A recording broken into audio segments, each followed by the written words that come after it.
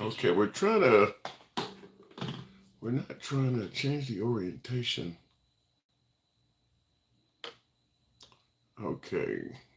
Bear with me for you folks that may be watching this on the reverse feed. We're trying to get a third device up, and it doesn't look like I'm gonna be able to do that. So without further ado, I'm gonna go live on TikTok shortly. Okay, wait a minute. Orientation, horizontal, and we want vertical. All right, so we got vertical going. All right, I think we may have made it work. Let me see if I can hit live. I was trying to get me to change the Bear with me on YouTube. We'll be live in about a minute or less here, if it lets me. I'm trying to get a third device up, so we can have. We'll be on three different spots, but I don't think it's going to happen, and I don't want to spend too long delaying the program. So we will go ahead and start out without it, unfortunately. And we're starting 3, 2, 1. What up, folks? Once again, it is indeed your boy Tim, the handsome liberal. Some might suggest otherwise. Appreciate you folks on YouTube that bared with me for that couple of minutes. We're trying to get a horizontal live stream up on YouTube, so we'll have horizontal and vertical running on YouTube, because I am getting responses from folks who watch on actual television sets and they would like for it to be full screen. Nevertheless, we'll talk about that in the future. Today we're talking about the fact that President Biden referred to Trump supporters as garbage, calling Trump supporters garbage. Now, this follows up the comedian at the I'm going to switch my TikTok. We may screw up for a minute. This actually follows up the comedian that was at the Madison Square Garden rally for former President Trump, suggesting that Puerto Rico is a floating island of garbage. So when Puerto Rico, when this whole thing blew up, and it blew up in Trump's face to some degree. I've been speaking with Maga. You've seen them all over cable news outlets, and they're saying, listen, it was a joke. The liberals don't know how to take a joke and things like that. We'll talk about that a little bit. But today we're going to be more addressing Biden, suggesting that basically the supporters that were at the rally is who he's talking about, suggesting that they are indeed garbage. And I want to find out from you folks, do you believe what Biden stated is likely to hurt Kamala Harris? And if so, in what way will it likely cost her some votes? Friends, he had an accumulated wealth for those at the top. No, he says immigrants are poisoning the blood of our country. Give me a break. He wants to do away with the birthright citizenship. Who the hell has said that in the last 100 years? And just the other day, a speaker at his rally called Puerto Rico a floating island of garbage. Well, let me tell you something. I don't know the Puerto Rican that I know, or Puerto Rico, where I'm in my home state of Delaware. They're good, decent, honorable people. The only garbage I see floating out there is his supporters.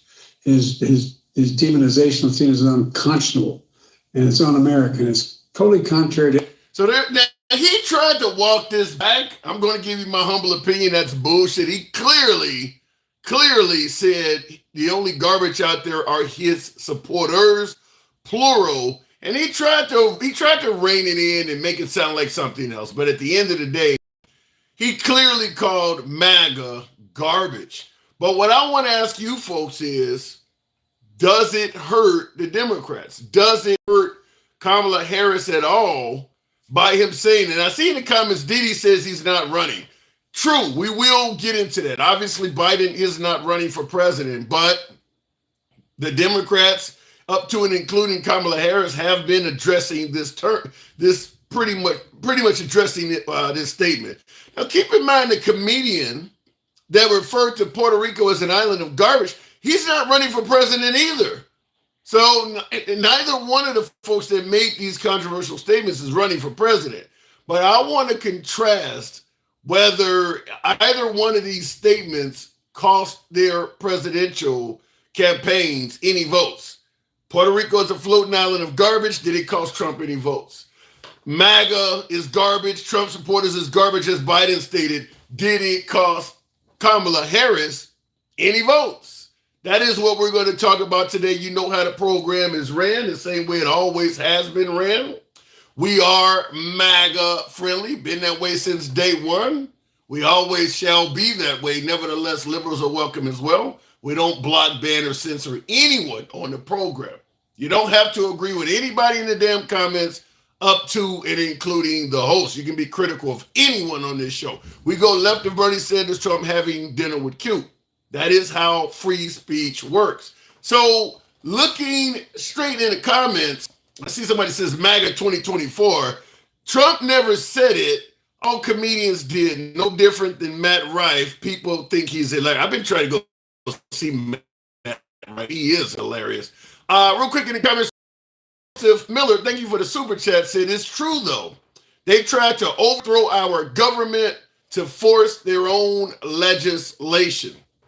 I can't speak on the forcing of legislation because they didn't succeed, but I will agree that at the very least, now you're saying overthrow the government. I know MAGA's going to have a pushback on that, but I will agree that based on what we've seen some 4 years out, Trump was trying to subvert the will of the people in 2020 and didn't give a damn that he had actually lost the election, was trying to stay in power. And I'm saying that based on the fact that 4 years out, I have not seen anywhere remotely near enough evidence to suggest Trump won in 2020. Not even remotely enough evidence for that. So continuing on with the program, looking in the comment section real quick here. Thank you for being real. Appreciate that. I am just CJ Bailey. Do you think he will do it again? I think it's possible. I'll go to the comments. I'll go to the box right after this. I want to run a clip by you. Not a long clip, but I think it's important. Certainly when someone asks, is it possible that Trump might try to do something with the election? I want you to hear this clip that came from former President Trump. Now, I actually heard this on the Breakfast Club of all places. Now, remember, this is the place where Biden went and said, vote for me or you ain't black. This is just an audio clip. It's not very long, but it is of former President Trump. And I'm only playing this right now because someone asked, do you think it's possible that what happened in 2020, like let's say January 6th, or I won by a landslide, is it possible that could happen again? I'll play the clip. Tap the screen on TikTok, by the way. Get the likes up to about 10,000. Helps out the algorithm, and we'll certainly ask that you smash that like button on YouTube as well. Going to the booth, but we never lead in. I don't know if we've ever led in early. Every single state we're leading in. Some states are in play that nobody thought would ever be in play, but I think people are seeing because. Let's hear those comments from. I'm going to go back a little bit because the part I wanted you to hear came up way too soon, and I want you to hear because it's not a long clip. It's only a few seconds or so, but I do want you to hear it. Been doing this for a long time, 30 and 40 years, that there's never been an event so beautiful. It was like a love fest, an absolute love fest, and it was my honor to be involved. Republicans never lead in the early voting because for whatever reason, it's habit or it's a certain security they feel in going to the booth. But we never lead in. I don't know if we've ever led in early. Every single state we're leading in. Some states are in play that nobody thought would ever be in play, but I think people are seeing because, again, we're the party of common sense. That's the part I wanted to play. He stated that we are leading in every single state. He didn't say swing state. He said every single state. Why am I playing this? Well, obviously, there is no poll in existence that would suggest Trump is winning in every single state. Even the far-right polls are not suggesting he's winning in every single state. Fair enough. So why the hell are we talking about this? Well, I had a viewer ask, is it possible what happened in 2020 could happen again? Remember the whole spiel that when I went to sleep, Trump was winning, and then I wake up and the Democrats won? That shows they could have been cheating. That shows they were definitely cheating because, he's winning when I went to bed and all of a sudden he loses when I wake up. That does not make sense. They had to cheat. Well, we are 6 days. It is a mere 6 days until the next election. And he's stating that he is winning in all 50 states. Now, if for some strange reason Kamala Harris wins on next Tuesday, now she could lose. Trump could absolutely win this election. But if for some reason Kamala Harris wins, how the hell could she do that when he was winning in all 50 states only 6 days ago? Just want to point that out. This is very similar to he was winning when I went to bed. He losing when I woke up. It does not make sense. He was winning all 50 states 6 days ago. All 50 states. I'm not saying that MAGA's stupid or Democrats are smart or vice versa. In fact, most MAGA have a job. Most liberals have day jobs. People ain't sitting around being politically savvy like many of us are. Many folks are not watching the news and following politics as closely as some of us are. So you might go to a couple Trump rallies. You believe he's strong on the economy. He's going to secure the border. He has a much better direction for America than Kamala Harris. And you think he's a stand-up guy. Okay, maybe you don't watch a lot of news. And like I said, maybe you went to a rally once or twice. That's about it.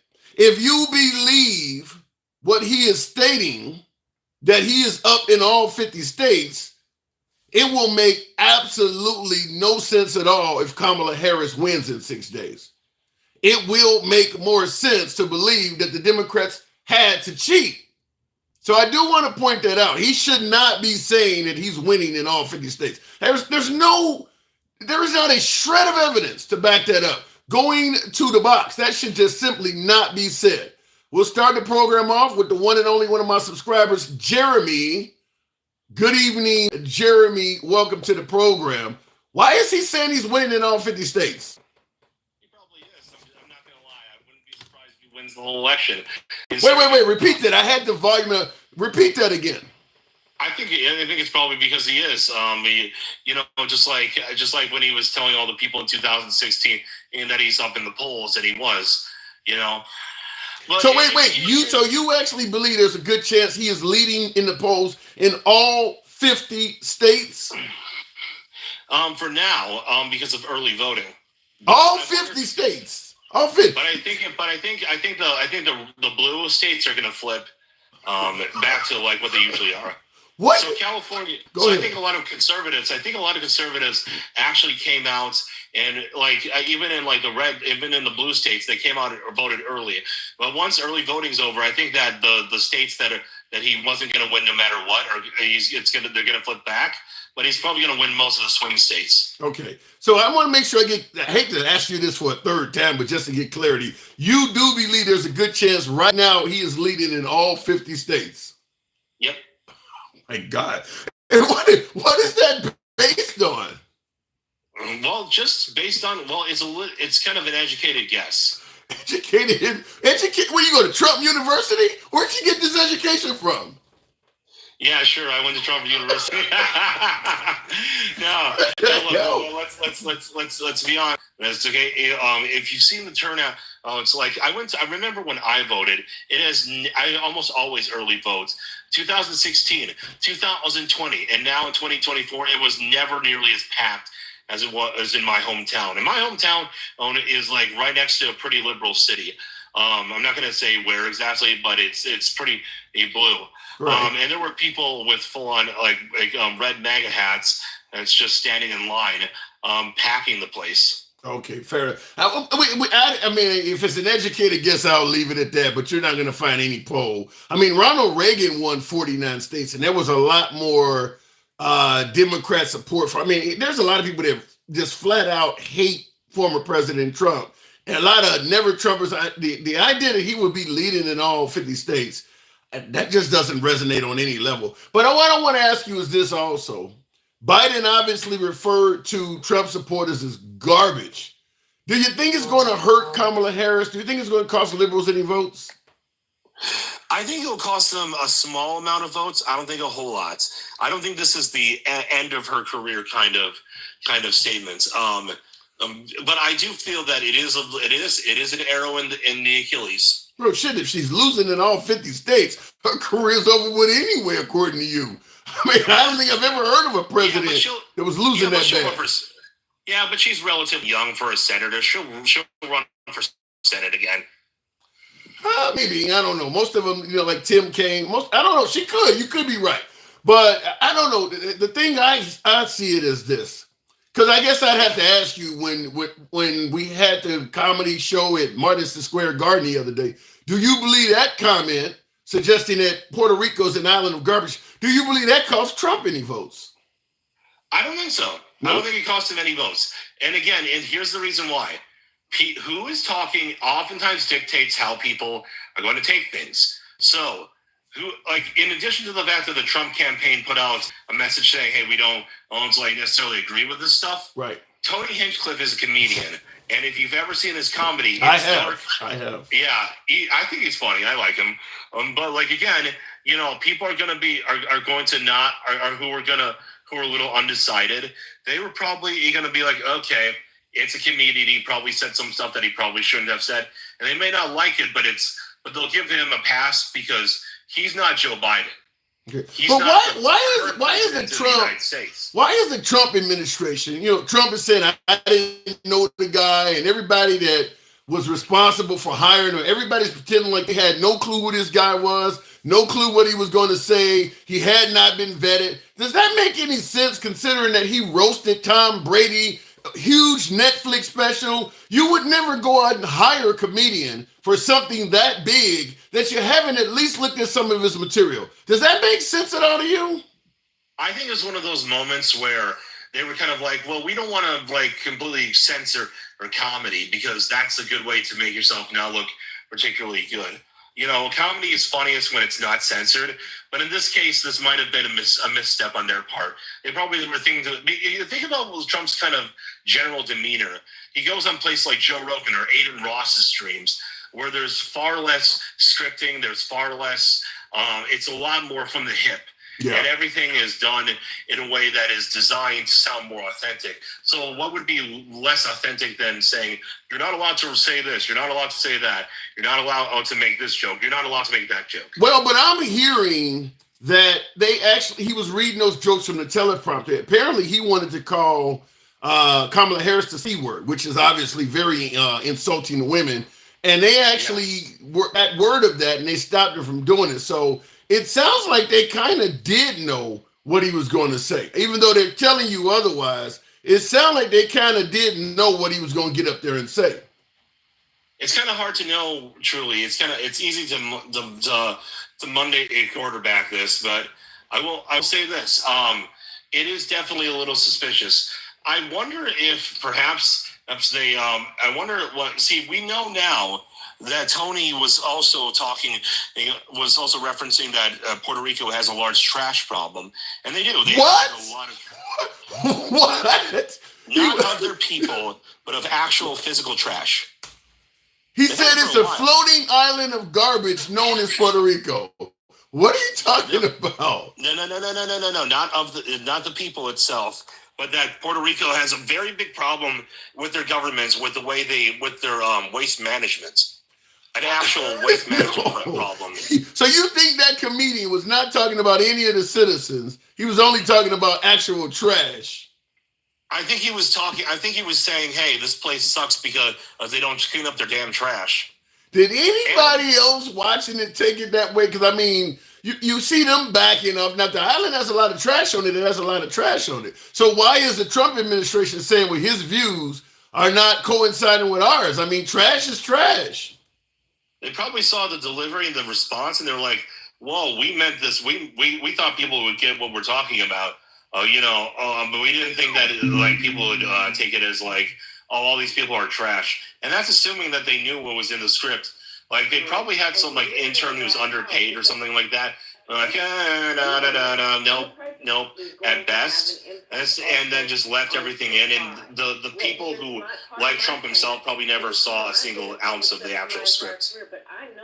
You know that's kind of how it works with a lot of these people. A lot of times, even when it comes to politicians, they usually don't read the bills that they write themselves. They have lawyers do that for them. I don't know. I got talking about trash. By the way, I would tell you, you're the first person I've heard so far to ever suggest that when he referred to Puerto Rico as an island full of trash, that he was not referring to human beings. I have not heard anybody else say that. Well, I'm glad to be your first, Tim. You got the little double entendre there, didn't you? All right, fair enough. So at the end of the day, you do believe that neither one of these comments, Puerto Rico being an island of trash or that MAGA is garbage, you don't believe any of this stuff really cost anybody any votes at all. I think that might have cost a very, very small portion, of votes for Kamala Harris, but I doubt that. But I doubt that it's going to really tank her chances. And again, most of this will be memory holes. Most people won't remember by Tuesday. They'll probably just tally it up. But for sure, it will make anyone who was on the fence and who was leaning more towards Trump probably just say, "Yep, I know how I feel." All right, and before we close it up, once again, fourth time, Trump is likely leading in all 50 states, according to you. Yeah. And here's what I'll say. I know a lot of people don't want to hear this. I think he'll probably win by a larger majority than he did in 2016. Wow. Possible. Yeah. Well, if he's winning in all 50 states, that's almost a certainty. If he's winning in all 50 states only 6 days out, it's an absolute certainty that he's going to do a hell of a lot better than he did in 2020. He probably will do better than any other president in our lifetime over their adversary. Yeah. That's a huge margin. Yeah, I'll let's close with this. I'll just say this. I think that when you have so much on the line, especially when it comes to like just prices at the grocery store, I don't think anyone's giving Kamala Harris her full-throated endorsement. Oh my God, Jeremy! Come on, that was a bad line. It was, yeah, right. That's almost as bad as Puerto Ricans are garbage. I gotta go. Appreciate it. All right, moving on with the program. By the way, I do want to address I think I missed the super chat real quick. I do want to address a comment. Jeremy, can you help me explain to my school why I should graduate even if I don't go to school? He's suggesting that my last caller was a spinmeister. I seen some of that. Trump went in all 50 states. All 50 states. Appreciate that train there, Dencal, which is where we're going. Good evening, Dencal. Welcome to the program. Hey. All 50 states. What say you? Man, look, coming after that guy, man. Look, I try to do. Maybe I ought to invest in a faster computer because I try to pull up as much information as I can about the stuff he's saying. Uh-huh. But it's just so disingenuous for him to get up here talking about that, and there ain't not one of prognosticators. Nobody on TV, radio, or anywhere is saying anything like Trump is going to win all 50 states. But he gets up here like he's got some crystal ball talking about it's going to be bigger than it was in 2016. Well, the polls by both right and left right now got her up in Michigan and Wisconsin and tied in Pennsylvania. Yeah. Like, there is no winning all 50 states about to happen right now. And that's kind of, I did a video earlier today, and that was kind of my sentiment as well, is that there's even the far right polls, Fox, so you watch a poll that's coming, Rasmussen, some of these polls are leaning right. There's nobody suggesting that Trump is running away with it to that degree. In fact, I heard that Kamala's starting to open up a lead in places like Wisconsin and Michigan and Pennsylvania. Exactly. Yeah. Over the what do they call it? The percentage, the plus or minus. Right. Yeah. They even saying that when you're up by 5 and 6 points, 7 points, you're beyond the margin of error even in those polls. And now we 1 week from the election, this hate-filled rally with all kinds of people on there. I'm talking about calling women bitches, calling them the Antichrist, calling them the devil, saying that the whole countries are trash. And then Trump comes out and said it was a love fest.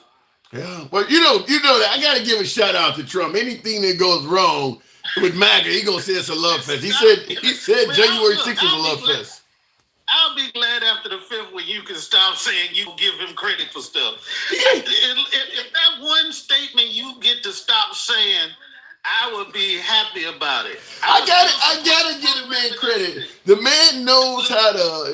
knows how to say things that are very interesting. He calls anything that doesn't go right a love fest. I mean, he said Madison Square Garden, that was a love fest. January 6th was a love fest. You could put on a red hat and come and slaughter my whole family. And he said it was a love fest until that happened. I mean, the man knows how to talk.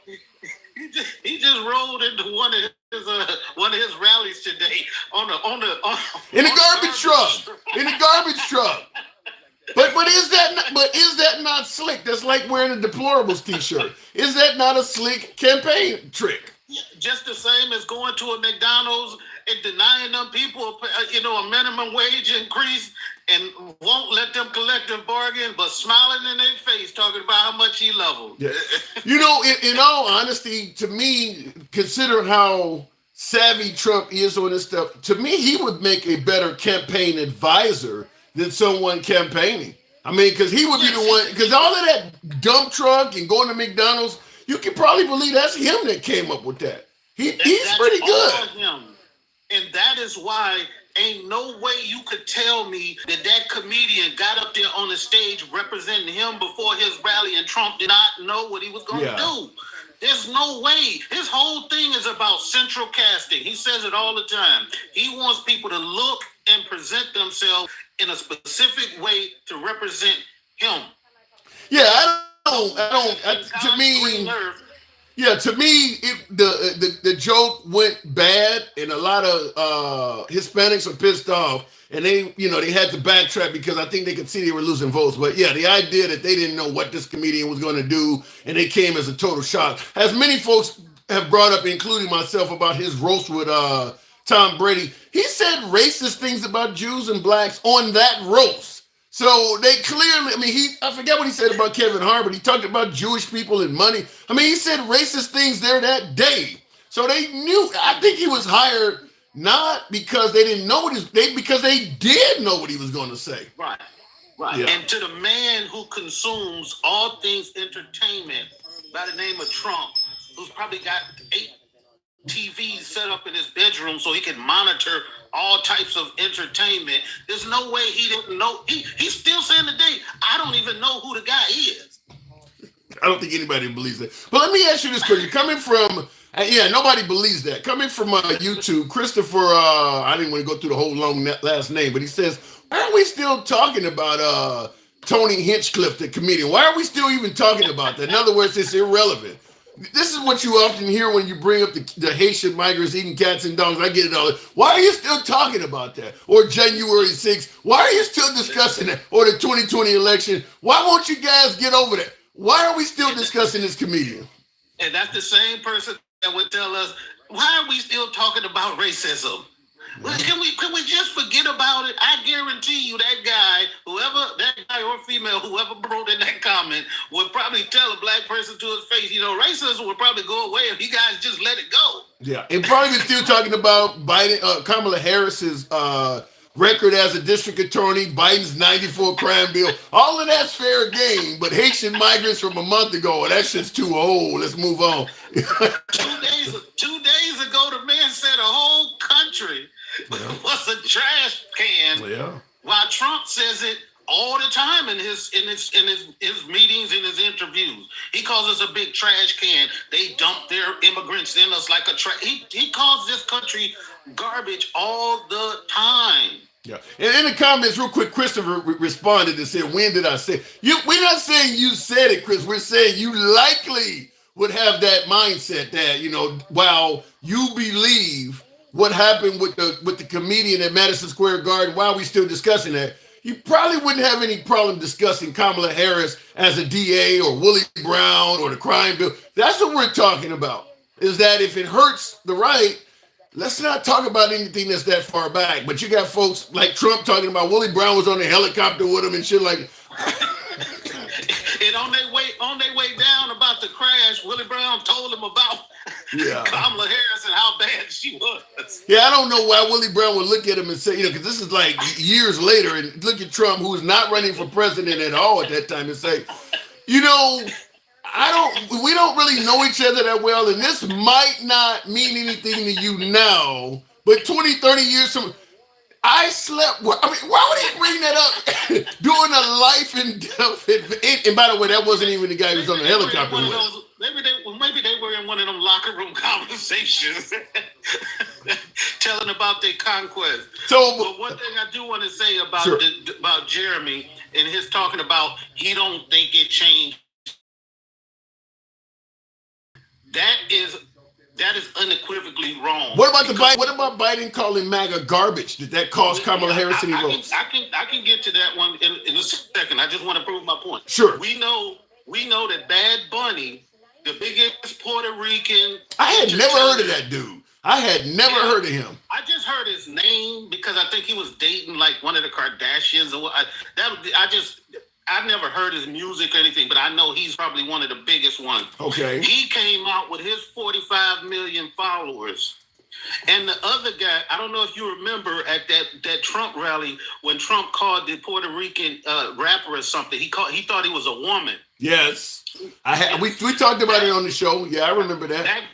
That guy came out today and changed he said, I'm changing my vote from Trump to. Wow. And he was at a Trump rally. Wow. That's one for sure I know. So him running around talking about nobody changed. I don't think nobody changed their vote. You know, all 50 states are voting for Trump. Like, that's either a dream. Like, do you believe he can be sincere about his belief? What do you mean sincere about his belief? That he really believes that Donald Trump is about to win all 50 states. You know, some of my guests come on here and we enjoy the back and forth. I don't know. It's hard to believe that somebody thinks Trump is up all 50 states. That is hard to believe. I mean, even if you believe that Kamala Harris is complete trash, for lack of a better term, since we're throwing around garbage, even if you believe Kamala Harris would make the worst president in history, and you believe Trump is well-liked and he's a great person for the job, it's hard to imagine anybody would believe that he's up by 50 states. That nobody out there, not a single state Kamala Harris is going to win. That makes no sense considering they've been telling us this election is close ever since she got in. Right. Yeah. And we know from his final message that he doesn't feel comfortable that he's winning. You don't coast. If you think you win in all 50 states, you got 50 different paths to victory. You're not coming out here the last week, out here, putting this disinformation and getting back to what you were saying about what Biden said. Yes, it was bad what he said. And I guess maybe I might be like some Trump supporters, but I don't think he was wrong. You think all Trump supporters are garbage? No, he didn't say all. He did not say all. He didn't say some either. He didn't say all. Look, I'm using the same logic as they are. All right, you Don't hold me to a different standard, man. Yeah, you sit there and listen to them jokers tell you all kinds of stuff. Now, the first time I come to you and I say, hey, I think Kamala Harris is gonna win all 50 states, you would have ridiculed me from here to Timbuktu. I tried to ridicule him too. I tried. All right, you drive a hard bargain. You pulled out the MAGA card. I'll give you the victory. It was bad for him to say it, but the best thing about it is as soon as she heard it, the same night she came out and she disavowed what he said. She said, she did. I don't believe that at all. She did it as respectfully as she could, but she said, I want to be the president for everybody. I don't believe nobody is trash. So that's a big difference in how we approach this situation. All right, I do got to move it on, but I got one. I'm going to hold you for this one more because this is kind of dark. Now, as a military man yourself, this is a comment came from Joseph Miller on YouTube, and thank you for the super chat. He says, now he also has prior service, I think is what he said, and he is a Democrat, like yourself, black male with maybe also like yourself. He says, I am stocking up on ammo in case Trump loses. They will try it, suggesting that another January 6th could happen. What say you? I agree with him to a certain extent that there will be outbreaks of violence, and unfortunately, yes, there will be some bloodshed. And I know that sounds kind of nonchalant, but when you're talking about a country of this size, if you're talking about a supporting of Trump where you're talking about 70 or 80 million people, there are going to be some people like Jeremy, if he really believes that Trump is going to he's going to win by a landslide, and when he loses, Jeremy's head is going to explode. And he's going to be very angry like a bunch of these MAGA people is. I say, if you don't already have your ammo, go ahead and get it. But stay in the house, Mike. Try to avoid large gatherings, keep your family close, and let the police and the military do their jobs. Wow. All right, Denkel, frightened into this conversation. Appreciate you coming through as always. Thank you. All right. All right, good talk. Moving on with the program, real quick. Wow, that's frightening. That is frightening. We're being told if, Trump wins, he'll prevent World War III from happening, but sounds like if he loses, we may have civil unrest at home. I don't know to be honest with you, I don't know which one is worse. I mean, World War III or civil unrest. I mean, at the end of the day, getting killed is getting killed. Doesn't matter if the person doing it is a foreigner or somebody that you live next door to. Tap the screen, get the likes up to about 30,000. I haven't been asking you folks to do that, but I do appreciate it. It helps out the algorithm, brings in more MAGA. Which this program is MAGA friendly. Always has been, always will be. Nevertheless, liberals are welcome as well. He's not going to lose to too big to rig, says Johnny Neely. That is the slogan. Too big to rig.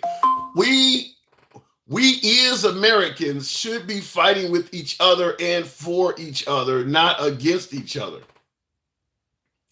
We shouldn't be fighting with each other either. So I don't know if I totally agree with that. Trump is and will lose, Tim.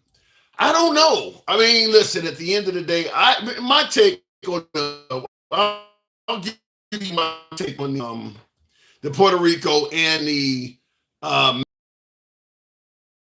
but before I go back to the box, I want to run something else by you also, because if for some reason, because Trump could certainly win this election, but if for some reason he does not, I want to play a clip by the one and only Nikki Haley. Now, for some of you folks, my beloved MAGA, you may know her as Bird Brain, but I do want you to hear a clip of her, because I want you folks we're going to talk about this, whether what she is saying, whether it has any validity. Nikki Haley. Last time I talked to them was back in June. They're very aware that we're on standby. They know that we would be there to help. I've helped with some fundraising letters and text messages and those types of things. So we've done that, but we're on the same team. It is their campaign's decision on what he needs in these last 5 days. It does not bother me at all. They also need to look at how they're talking about women. I mean, this bromance and this masculinity stuff, I mean, it borders on edgy to the point that it's going to make women uncomfortable. You've got affiliated PACs that are doing commercials about calling Kamala the C word, or you had speakers at Madison Square Gardens, referring to her and her pimps. That is not the way to win women. So what do you guys think? Do you think Nikki Haley has an issue in regards to suggesting that maybe Trump is alienating women? Now, and by the way, we're talking about the comedian, but Nikki Haley is correct. Someone else suggested that Kamala Harris has a pimp. So somebody else called it a devil or the Antichrist. I mean, we're talking about that, what that comedian said about Puerto Rico, because I think the liberals are using it because they believe it is the most political capital. But there were a lot of other wild things said. Keep in mind, one of the purposes of this live stream is to point out how Biden called all of MAGA garbage. But I want to ask you folks, when is it okay for a president to call a large group of people something insulting, like calling all of MAGA garbage? Because while Trump is complaining about it, he's kind of known for doing it as well. I mean, he's called the liberals radicals. He's called them communists, socialists, fascists, Marxists. He's done the same thing. Now, you may agree with him, but at the same time, what's the difference between him insulting a large amount of liberals simultaneously and Biden calling them garbage? I don't see the difference. I need someone to cue me in on it. I see somebody else in the comment section is bringing up vermin. Continuing on with the program, I don't know what I just hit there. We'll go straight to another one of my subscribers there. Candace Fit, if I'm correct. Good evening, Candace Fit. Is Biden hurting Democrat votes? Calling MAGA garbage. It's all over the news. It's all over, even on the CNNs, the MSNBCs. They're talking about it too. Does that say Candace? Yes, sir. Okay, Candace. So your name is Candace? Are you there? Yes, I'm here. Okay, your voice surprised me for someone named Candace. That's like me saying my name is Cindy. So Candace, I'm asking you, it just surprised me. But what I want to ask you is, do you think Biden referring to MAGA as garbage, do you think that cost any liberal votes? No, not really. When you say that Puerto Rico is a floating pile of garbage and it's American territory, Yeah. and that you demonize brown people all the time, and it seems like racism is okay with them. There's not enough that he can do. A criminal, a rapist, 38 count felony, nothing seems to be enough to deter their vote. But when you say they call Puerto Rico garbage, how do you respond to folks who say, look, that was a comedian? Trump himself has never said anything derogatory about Puerto Rico. His show, though, right? Huh? Doesn't he okay that? Well, he say stuff like that when he says they're criminals and rapists and they bring in their worst and their poison blood of America. He's pretty much okaying that kind of stuff. You can't okay racism. There is no okay for racism in any party, right? So to minimize it or to say, it's just a comedian that was on his show. If you have dinner with a racist, you're a racist. What if you don't know? Right? What if you don't know? Like Nick Fuentes went to. You didn't know him, so the party is okay with him? Wait, say that again? Is the party okay? Is the party okay with who? The comedian that was on there. No, they said that his views do not represent MAGA, do not represent Trump. Is that what they say? That's what they said. Okay. Now, you said he denigrates brown people. Elaborate. What's making you say that? They're poisoning the blood of Americans. Haitians are eating cats and dogs. That they're not actually immigrants. Yeah. All kind of stuff, bro. What do you mean? What do he say? Do you? No, I mean, I hear you.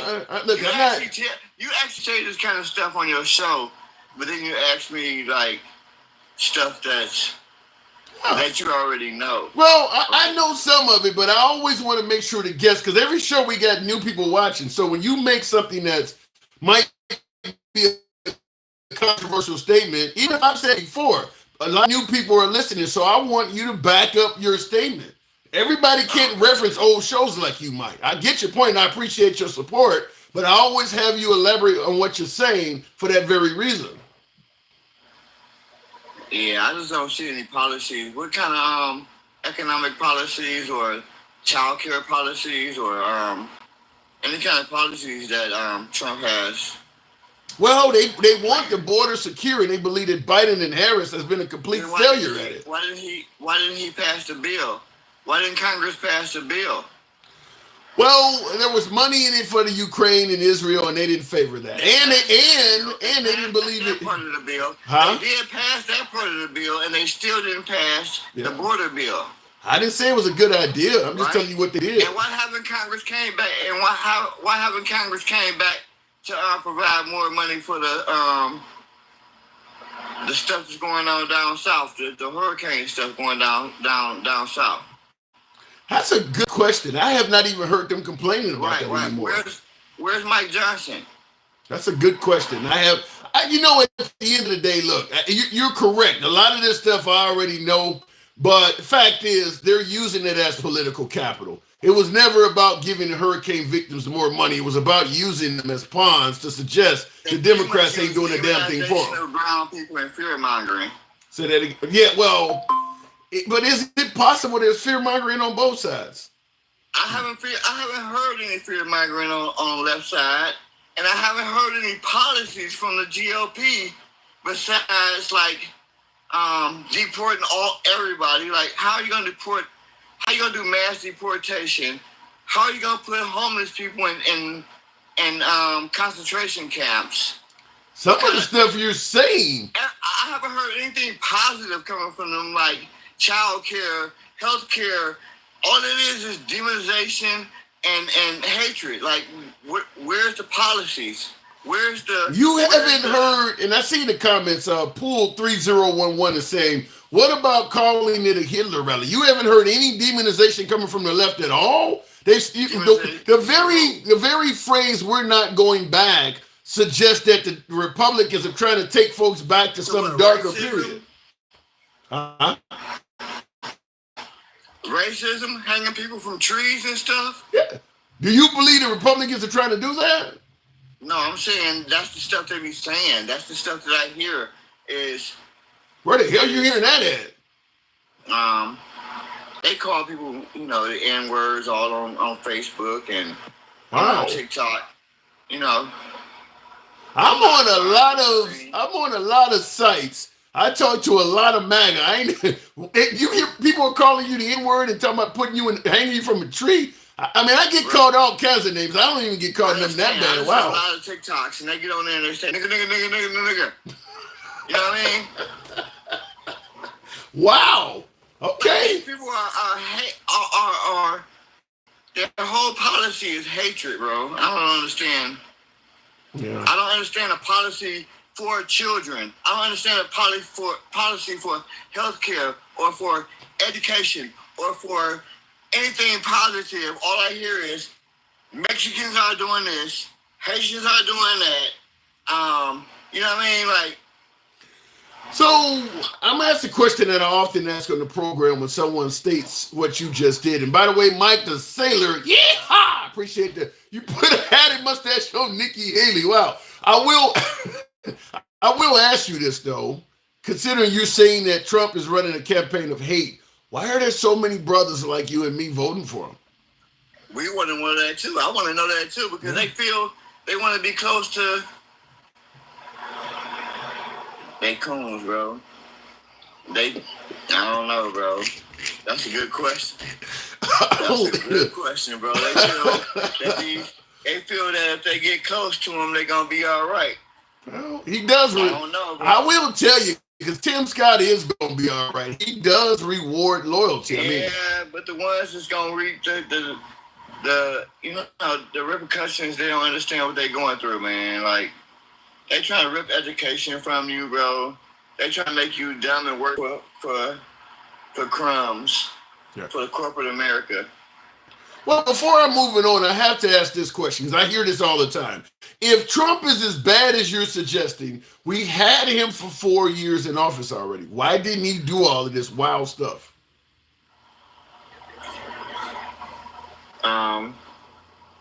He did some pretty wild stuff. I don't know what you mean. Not like what you're talking about now. Talking about doing some more wild stuff. Why would I vote for him? I don't disagree with that. But he's talking about doing it now, like police immunity. Why would I vote for him? I can't argue with that. Fair enough. You obviously watched the show. You didn't make it easy. Candace, I've been watching your show forever, my brother. Yeah, you didn't make it easy. It's like talking to a mirror. Appreciate you coming on, though, man. Thank you. No doubt. All right, moving on to the program. He didn't make it easy. I always enjoy that. Trump had some wild policies. Well, they're going to say that the liberals had wild policies also. Ask him about Tampon Tim. They're going to say that's a wild policy as well. Maybe you should watch something else. That's Twisted 77. Maybe you should give me a recommendation. Tap the screen, folks. Smash that like button on YouTube. Difficult content tonight, obviously, with both sides calling each other some pretty hateful rhetoric. But we're going to discuss it. That's what we promised to do.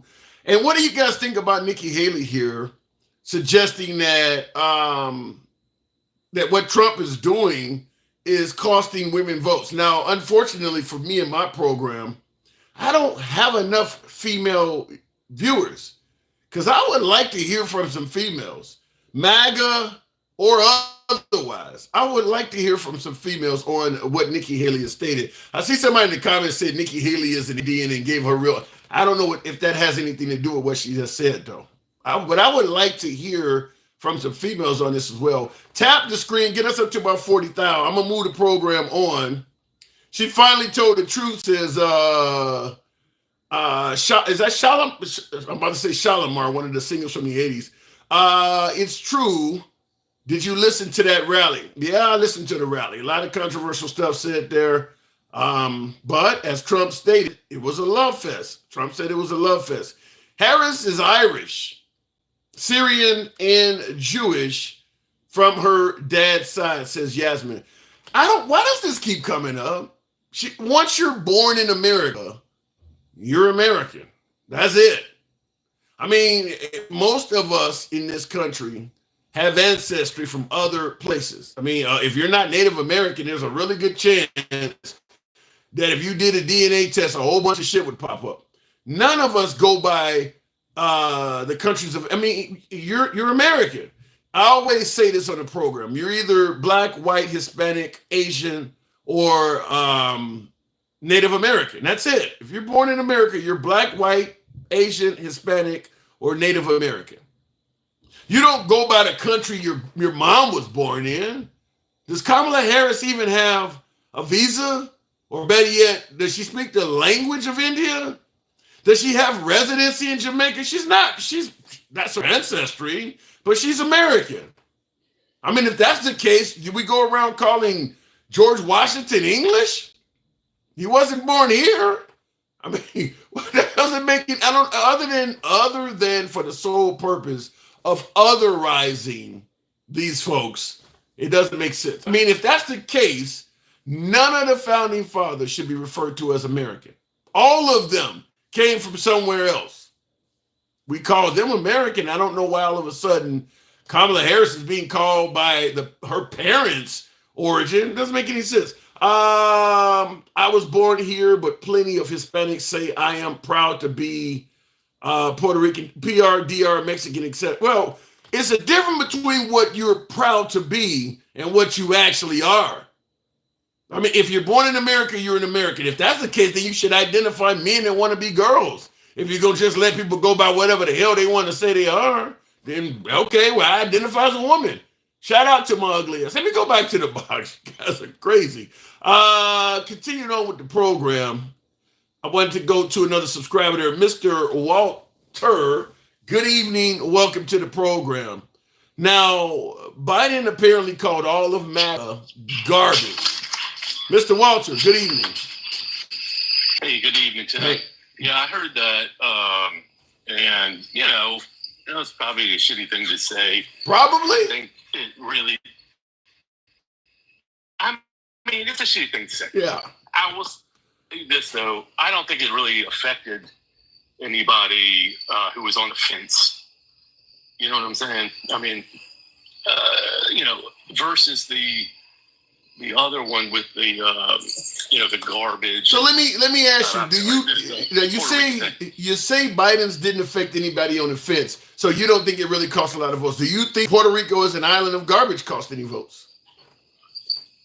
Yes, I do. Really? I mean, all the stars. I mean, the other ones that were mentioned earlier. I mean, J-Lo. I mean, all the Puerto Rican stars. I heard the estimate was 200 million followers of Puerto Rican stars came out and said this shit is unacceptable or whatever, Wow. They said something against Trump about it. 200 million. So damn, wait, that can't be that high. That can't be right. That can't be right. That can't. There's only 350 million people in the damn country. It can't be that many of them.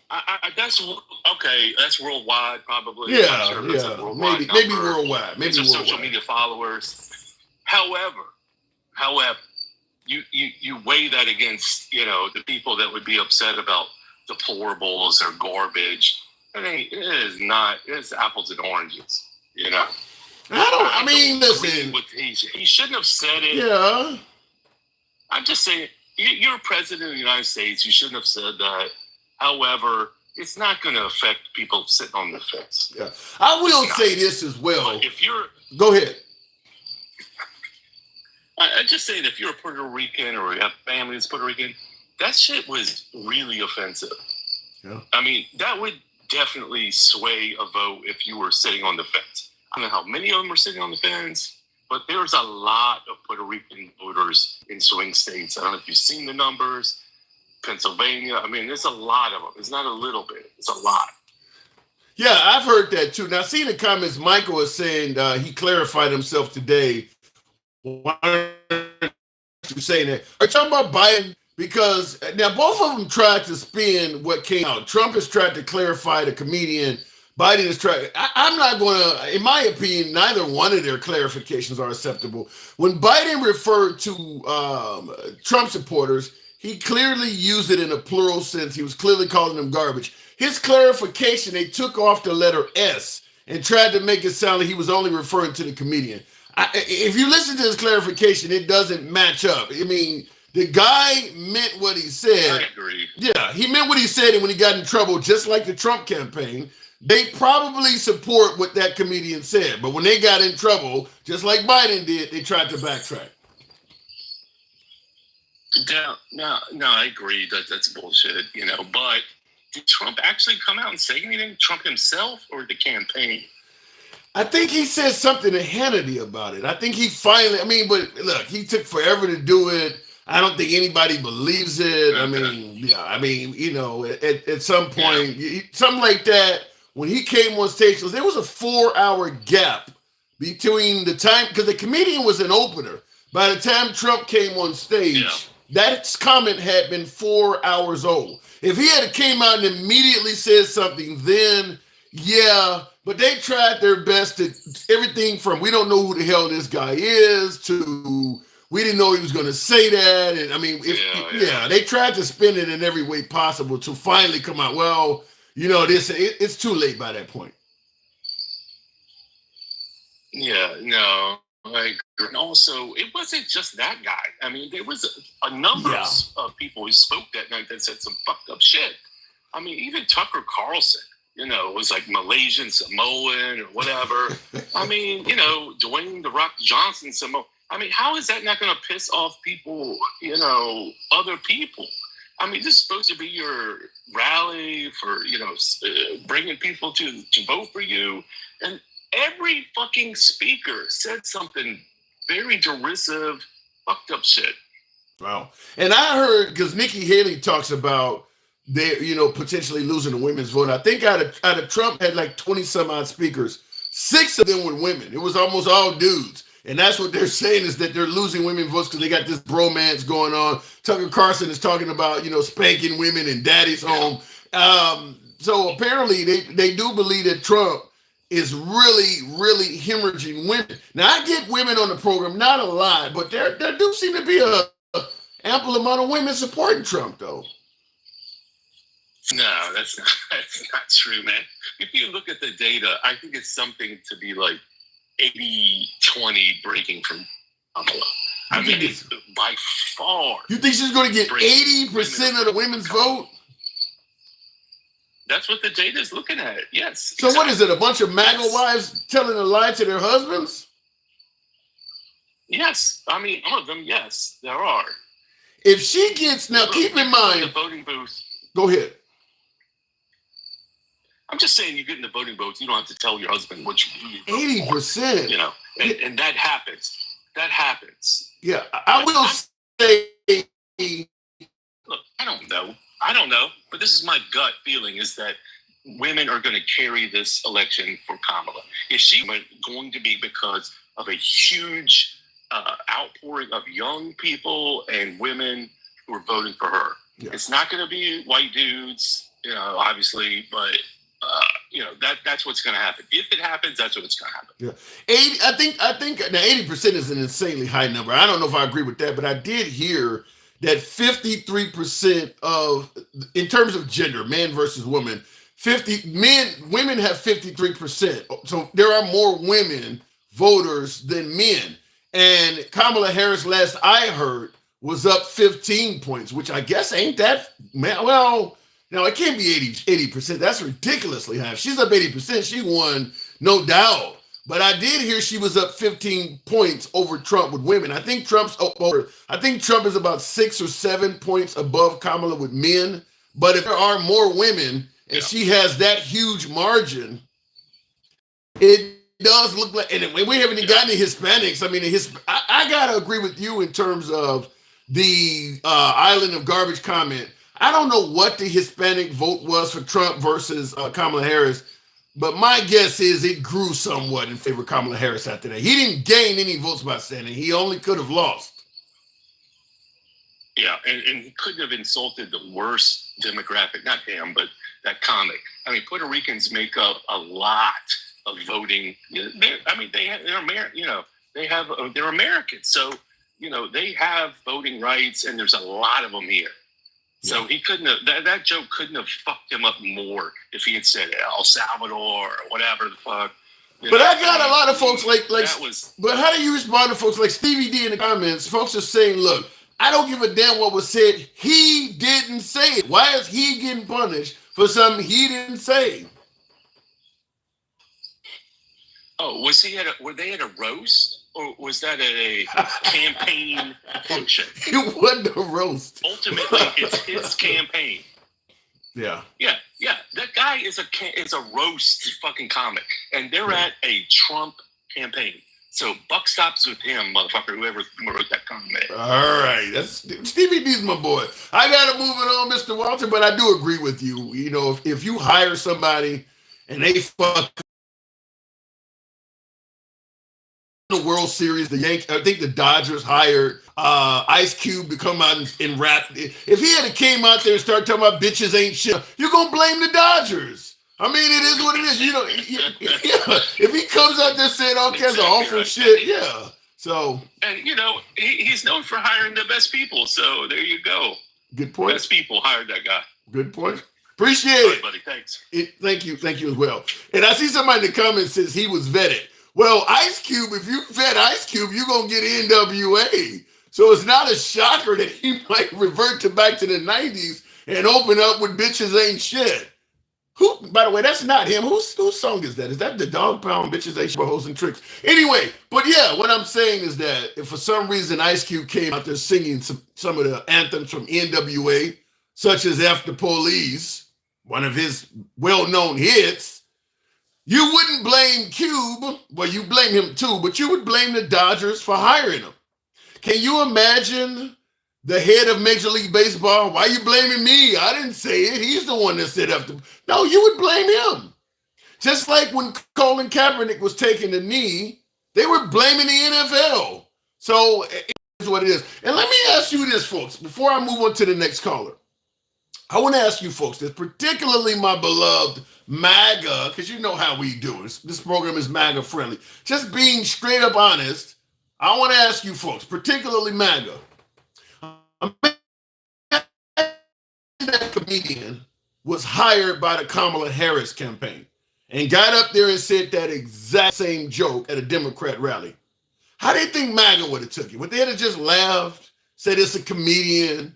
Kamala Harris didn't say it. It's just a comedian. What do you think MAGA would have said? So I want to bring that. How do you think Trump would have handled it? If Kamala Harris hired a comedian and he got up there joking about Puerto Rico as a whole island of garbage, what do you think Trump would have said? Joseph Miller says, Tim know these motherfuckers crazy deep down. I think he enjoyed. I enjoy talking to MAGA. I enjoy talking to liberals. I enjoy talking to independents. As I say, we go left of Bernie Sanders till I'm having dinner with Q. I enjoy navigating conversations with the people. So yeah, I do enjoy it. And listen, at some point, occasionally I get folks who think I'm a crazy motherfucker. That's how it works. That's how free speech works. You're going to hear opinions you favor, other opinions you think are outrageous. Ricky For Real, love the name, kind of reminds me of the guy in Boys in the Hood getting shot running down the alley. Ricky For Real says, stop with the misinformation. Puerto Rico actually has a garbage problem due to the corrupt politicians that were arrested. I hear your point, and I'm not gonna deny that there's probably a lot of corruption in Puerto Rico. I'm not gonna deny that, but there's a lot of corruption in New York. There's a lot of corruption in Chicago, Philadelphia, DC. Washington, I mean, you're talking about an American city, or in this case, an American territory. It doesn't come across as patriotic. And by the way, he wasn't when he gave the act. He never said nothing about corruption. The act didn't contain anything about actual physical garbage. He didn't say anything about that stuff. I get the notion that you would suggest that's what he's talking about, but that ain't what he said. So even if he was talking about that, absolutely no one took it that way. Absolutely no one took it that way. Corruption is not the same as a trash dump, says Facts Only, and that is a fact. Stevie D says, read about the tons of trash that washed up in Puerto Rico from their last hurricane. It was in the tons. Okay, I get it. I'm not denying that there may be a whole lot of trash around Puerto Rico. I mean, there's a lot of trash on the streets in Detroit. You can't go around. These are Americans you're talking about. People that you are hoping to get their vote. You're literally, for lack of a better term, trashing their cities. Even if what you're saying is true. Let's say, for instance, Trump gets up there and says, Trump, by the way, Trump has trashed some cities. Baltimore's a shithole. He said something pretty derogatory about Milwaukee when they had the RNC there. I mean, he's obviously spoke ill of Chicago on a million occasions. I mean, New York, Los Angeles. I mean, he has trashed a bunch of cities. So for Trump to get up there and say, well, I don't really want to call Puerto Rico trash, it's going to be hard for people to accept it because he has referred to so many American locations as trash. Even though this time it's the comedian, it's not Trump doing it. But many are suggesting that the reason that comedian was hired is because he knew his audience and stated something that fell in line with him. By the way, I would ask that question. If you're a professional comedian, you kind of know your audience. I mean, he wouldn't have said that joke in Puerto Rico, you think? Think he would have went to Puerto Rico and said that? You think he would have went to a comedy club in the hood and was talking about slicing watermelon? I gotta submit to you that a comedian knows their audience and he felt comfortable saying that stuff. Okay, it bombed. Okay, they're not happy. But something led that comedian to think this is an okay place to say that. And by the way, I will point out that if you listen to the speakers that followed that comedian, it kind of gives you the inclination that he had a reason to think it was okay. I mean, he called Puerto Rico an island of trash. I mean, the next person was calling Kamala Harris a devil. They said she had a pimp. I mean, these are other speakers. And they weren't even saying it in a sense of comedy. So, shit, I mean, why would you think his comment is going to be that bad? The next dude said she got a pimp, indicating she's a prostitute. And he ain't even expecting a laugh. George Lopez. Now, this came from Gen X, fuck around and find out, says George Lopez did the same shit at Kamala's rally. So you're saying George Lopez at one of Kamala Harris rallies referred to Puerto Rico as an island of trash, or maybe Mexico? I've heard that. I haven't seen it, but I will follow up and say this.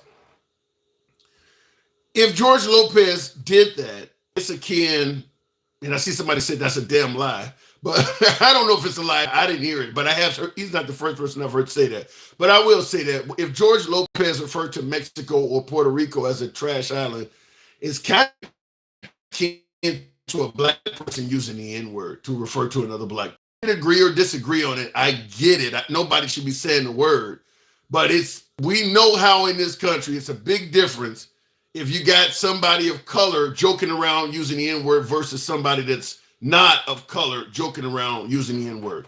George Lopez calling Mexico or Puerto Rico an island of trash isn't going to be taken the same way as some white dude calling Puerto Rico an island of trash to a bunch of other white people. Now, keep in mind that George Lopez said it as Gen X is saying, if you are correct, not only is George Lopez a person of color, he's likely saying it to an audience that's filled with other persons of color.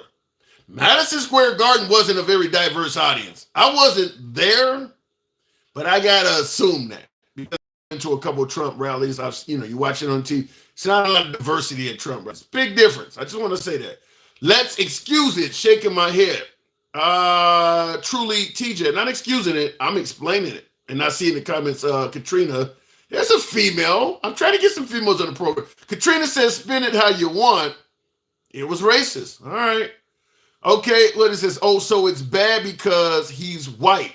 Got it. Stevie D, it sounds like bullshit. I'm not going to disagree with your point at all. Saying that a black person can use, let's say, the N-word, but a white person cannot. Yeah, technically is bullshit. I'm not going to pretend like it's not, but I'm just telling you how America works. One side has this long, violent history with the N-word. One side doesn't. The word is the word. I don't think if it's a bad word, nobody should be saying it is the point you're making. Not going to totally disagree with that. I'm just explaining it. That's all I'm doing. Ed G, appreciate the super chats. Who cares? It's pretty much a state. Talking about Puerto Rico, I assume. People outside of California call us homeless or gay. Yeah, that does happen. People of Alabama, inbred. Definitely that happens. Texas, racist hillbillies, just a joke. Now, Ed, you're 100% correct. You are 100% correct. People often do refer to California residents as homeless or gay. People refer to Alabamans as inbred, and you're right, Texas, racist hillbillies. Here's the difference, though. You don't hear that at a presidential gathering.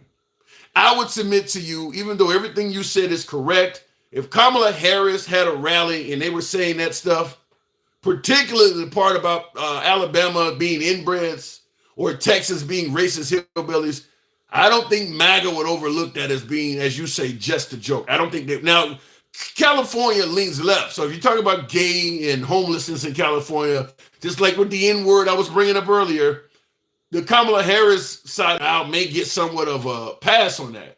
But there's no way in hell Kamala Harris is going to hold a rally and they're referring to Alabamans as inbreds, and that's going to pass. That's not going to be. And like I said, even if it's a comedian, that's not going to go well. They're not going to overlook that as just being a joke. Going to the box, one and only Texas mom, I think that says, or who did I may have hit the wrong thing there. Yes, they would, bro. What are you? Are you kidding me? Mr. What's that? New York, Long Island. You're saying that MAGA would overlook Democrats at a presidential rally, referring to Alabamans as inbred. They wouldn't even overlook Hillary Clinton, referring to them as deplorables, or Obama saying they cleaning their Bibles and guns. There's no way in hell I believe that. Kim Beasy, good evening. Hey, how's it going? I'm hanging like Mike Pence on January 6th. Say it every time. So what do you think? What do you think? You think that Biden calling MAGA garbage? Is that inappropriate? I don't think it's nearly as inappropriate as the joke, from the Trump rally. But I don't think it loses us much votes either. So, do you think Biden calling MAGA garbage? So you do believe it loses some votes? Yeah, I think it loses a few, but it's one of those things where we look at it. Biden said this, okay, yeah, but Trump didn't rent the black people because they was black. So we have a long history of Trump and his side being racist. However, Biden's had a racist history before too. But at the very least, what he does is he apologizes or he tries to, find some kind of common ground for it. But Trump, he doubles down every time. He didn't double down this time though on that comedian. He didn't double. This time he says he doesn't know. He doesn't know the guy. Which we gotta assume that's false. Yeah. Yeah, it's hard to believe. Well, he may not know the guy personally, but you gotta assume because he's the one that decided I want to have this huge rally at Madison Square Garden and break all these numbers. You gotta assume he was vetting the talent that was going to show. But who you got on comedy? The idea that he wasn't told anything about this, didn't look it up. The guy is a successful businessman. He's a real good entertainer. I don't think he just, would just let people organize all this shit around him like that. Yeah, and I'll have to disagree on the businessman thing. He's got six bankruptcies, so we can't even. You don't see Trump as a successful businessman? No, not at all. Not even a little bit. If you look at his income upon receiving a large inheritance from his dad, and you look at his income 20 years, 30 years later, it's pretty clear his income was growing substantially. Why isn't he successful? Right. I think his income and his business matters are different. Every time he touches a business, I mean, it's trash. So where the money coming from? I don't know. Probably Putin. Now you gonna have my MAGA viewers say you got TDS. Now look, that's fine.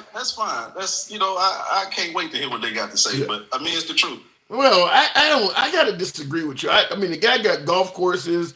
People are willing to pay money to put his name on high rises. I mean, the guy is a successful businessman. I mean, they didn't put him on The Apprentice for no reason at all. I mean, he's successful at what he was doing. You may not like, okay, some of the businesses failed. I would assume that Elon Musk probably has, I mean, shit, if you really look at it, X may fail soon. I mean, so even Elon Musk can have a business that fails sooner or later, but I think he was a successful businessman. All right, so what happened to the casino? That one failed too. How do you bankrupt the casino? How do we do that? When you put your hand in multiple businesses, some businesses you might not be that good with. I mean, maybe you're Nike, but you venture off into video games and the video game market fails, but you're still doing well with the shoes. I mean, he's not designed to cover every area. Yeah, right now we got Trump watches coming out. I hear those are fake. I hear they're not even real. But you got to, and now one of my well-known viewers, Denkel's not going to like this when I say this, but you got to give him credit in regards to you mentioning the watches. MAGA merchandise alone is a multi-million-dollar business. Just MAGA merchandise. That one business is making him a killer. Yeah, but there's a disclaimer saying, hey, you might get this watch in 3 weeks. You might get this watch 5 years from now, but you can't blame us for it. I get your point, but I think you just don't want to give a man credit. MAGA merchandise is killing it. I mean, he's doing probably better than Macy's with that shit. I mean, MAGA merchandise is killing it. I mean, he's selling different color hats and people buying that shit like it's gold. So yeah, and they all come from China too. Which is even better. Means he ain't paying nothing to have them made. He's paying pennies to have them made. I mean, I got about 4 or 5 of these motherfuckers floating around here now. I mean, MAGA hats, he's making a killing, man. I'm sorry. That being said, is the tariffs, is they going to apply to Trump as well, or just us, the consumers? You're doing too much. Now, come on now. But here's think about it this way. Because I remember when Jordan, Jordans came out, we in the hood, everybody got on a pair of Jordans and trying to get one. Think about all those fucking MAGA hats you see all over the country. They're suggesting that maybe as many as 30, 40, 50% of American voters support Trump.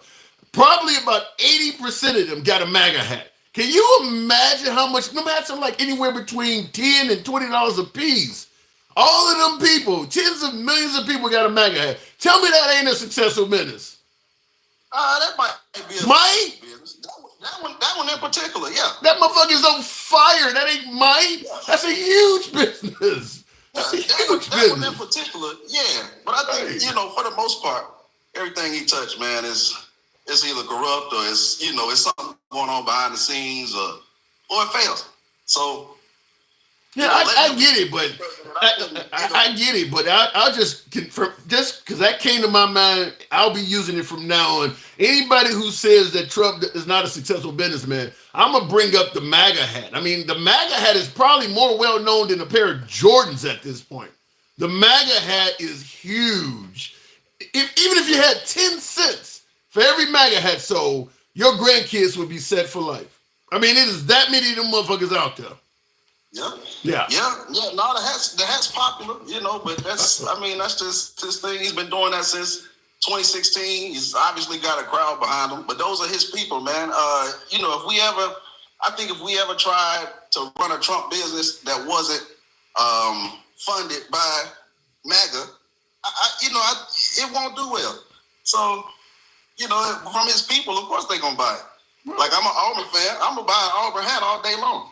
All right. Even though we suck right now, even though we ain't winning no football games, I'm gonna buy an Auburn hat and I'm gonna proudly wear it Down here in Knoxville, Tennessee. And they gonna probably wear those MAGA hats even if Trump lose, just like they did in 2020. So there's a lot more of them than Auburn fans, I think. So can we agree now that he is a successful businessman? I think he's had successful businesses, but I will not concede that he is a successful businessman. I think he has way too much support from uppers. You know, I think those people are helping him out as well. But him by himself doing it alone, I don't see that. All right, well, I'll just say this. If I ever get business, I would love to fail as much as him. If I can have tens of millions of people wearing my product with my name on it, damn. I mean, come on now. You're not giving this man with my name on it. Yeah. The only thing I'm giving him credit for is still being in this race. I don't know how the hell he's doing it. I don't know why we're still voting for somebody who's, been charged for rape, who's a felon, who's a fascist. I don't know why we're still, holding on to this stuff. It's not cool. He's obviously racist. If you don't see it, I don't see, I don't know what to tell you at this point. You're going to vote for him anyway, but I mean, I hear you. All right, fair enough. Well, we came around on the business thing a little bit. Cambisi, I got to move it on. So you don't believe Biden cost the Democrats any votes? Do you believe that the comedian cost Trump any votes? Maybe a couple, but if that's the case, then we are talking about a double standard here. This is something Trump's done several times before, man. There's so much stuff he said in the past that, he don't want to apologize for, he don't want to talk about it, he don't know about it, or, et cetera. So, I think it's a double standard. Kamala and Joe Biden, they probably said one or two things off the wall, but, Trump, he's got a list of a million things that we gotta look at and we gotta find excuses for. So, at the end of the day, it's a double standard. So that's how I feel about it. Fair enough, Cambisi. I don't disagree with all of that. Thank you. Appreciate you coming in. I appreciate you having me up. Anytime. Doors are always open to you, man. Thanks. All right, moving the program on. I will say this, because he was said, Trump said he don't. Kind of remember the 90s? Now it might have been early 2000s. The song by Shaggy, It Wasn't Me. You see all these songs they're making out of, political songs. They got one I like a lot now that's saying, what is it? They were at a Beyonce concert or something like that. They've kind of remixed of Trump.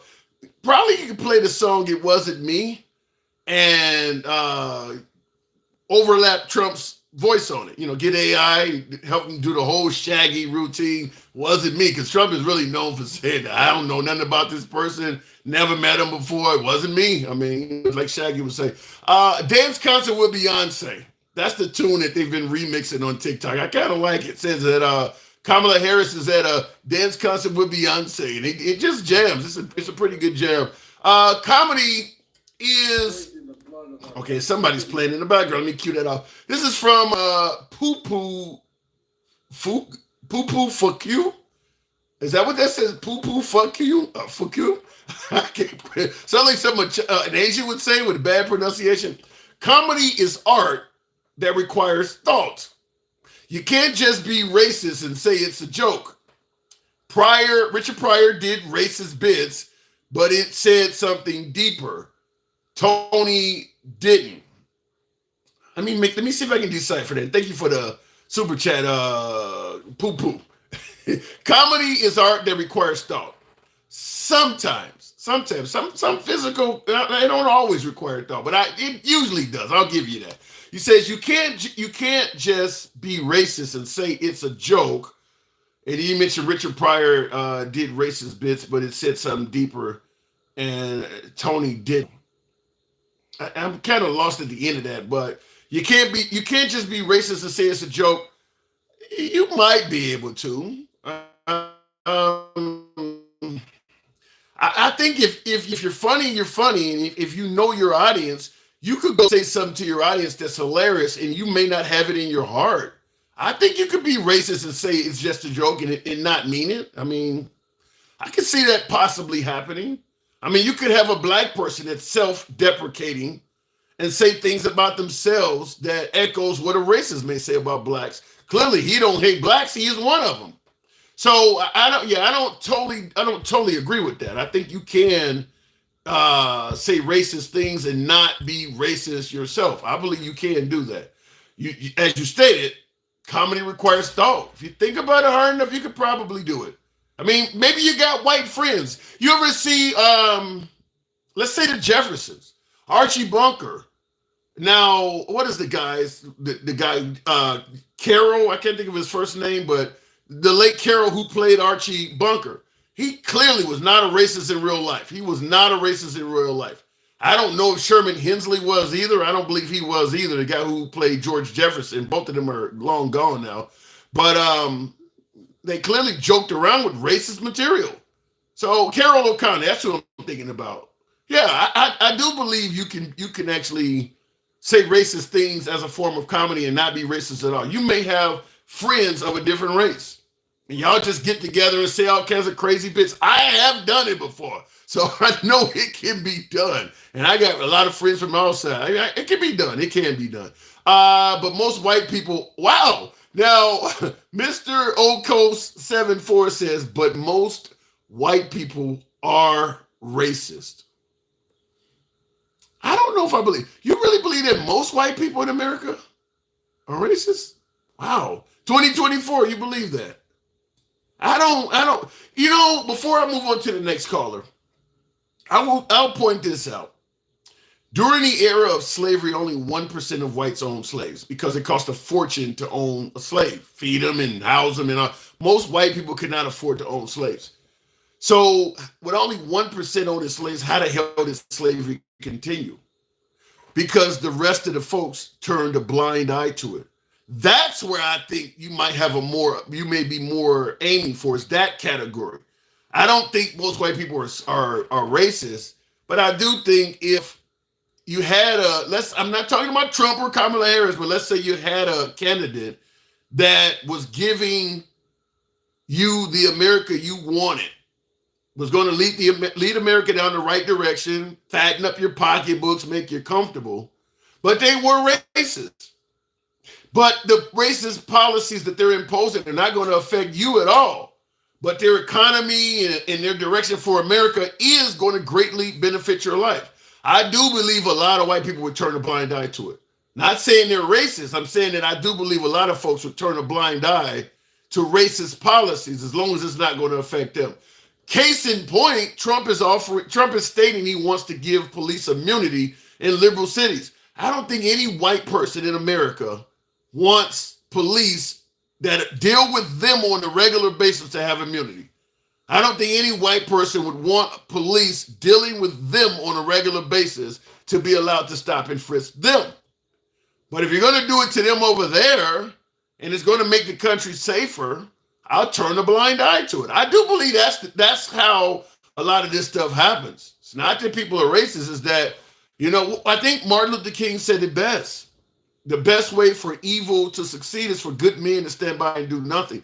That's probably describes most of it, is that most Americans were not partaking in it, but it didn't affect them. It wasn't happening to them. And the candidate that may have been in favor of doing it to that group was also helping them out in leading the country in a direction they found to be favorable.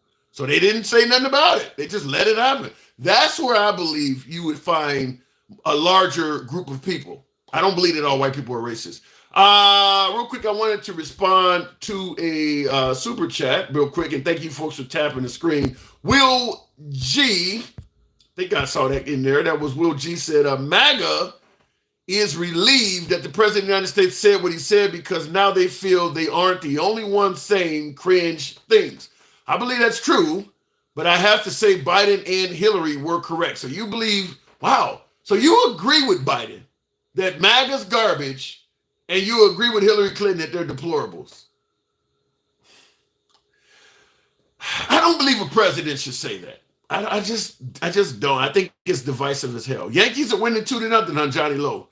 You know, that'll bring it up to game 6 if they can win. What is it? We're on game 5 now. Yeah, that'll bring it up to game 6. Continuing on the program, Texas Mom. Good evening, Texas Mom.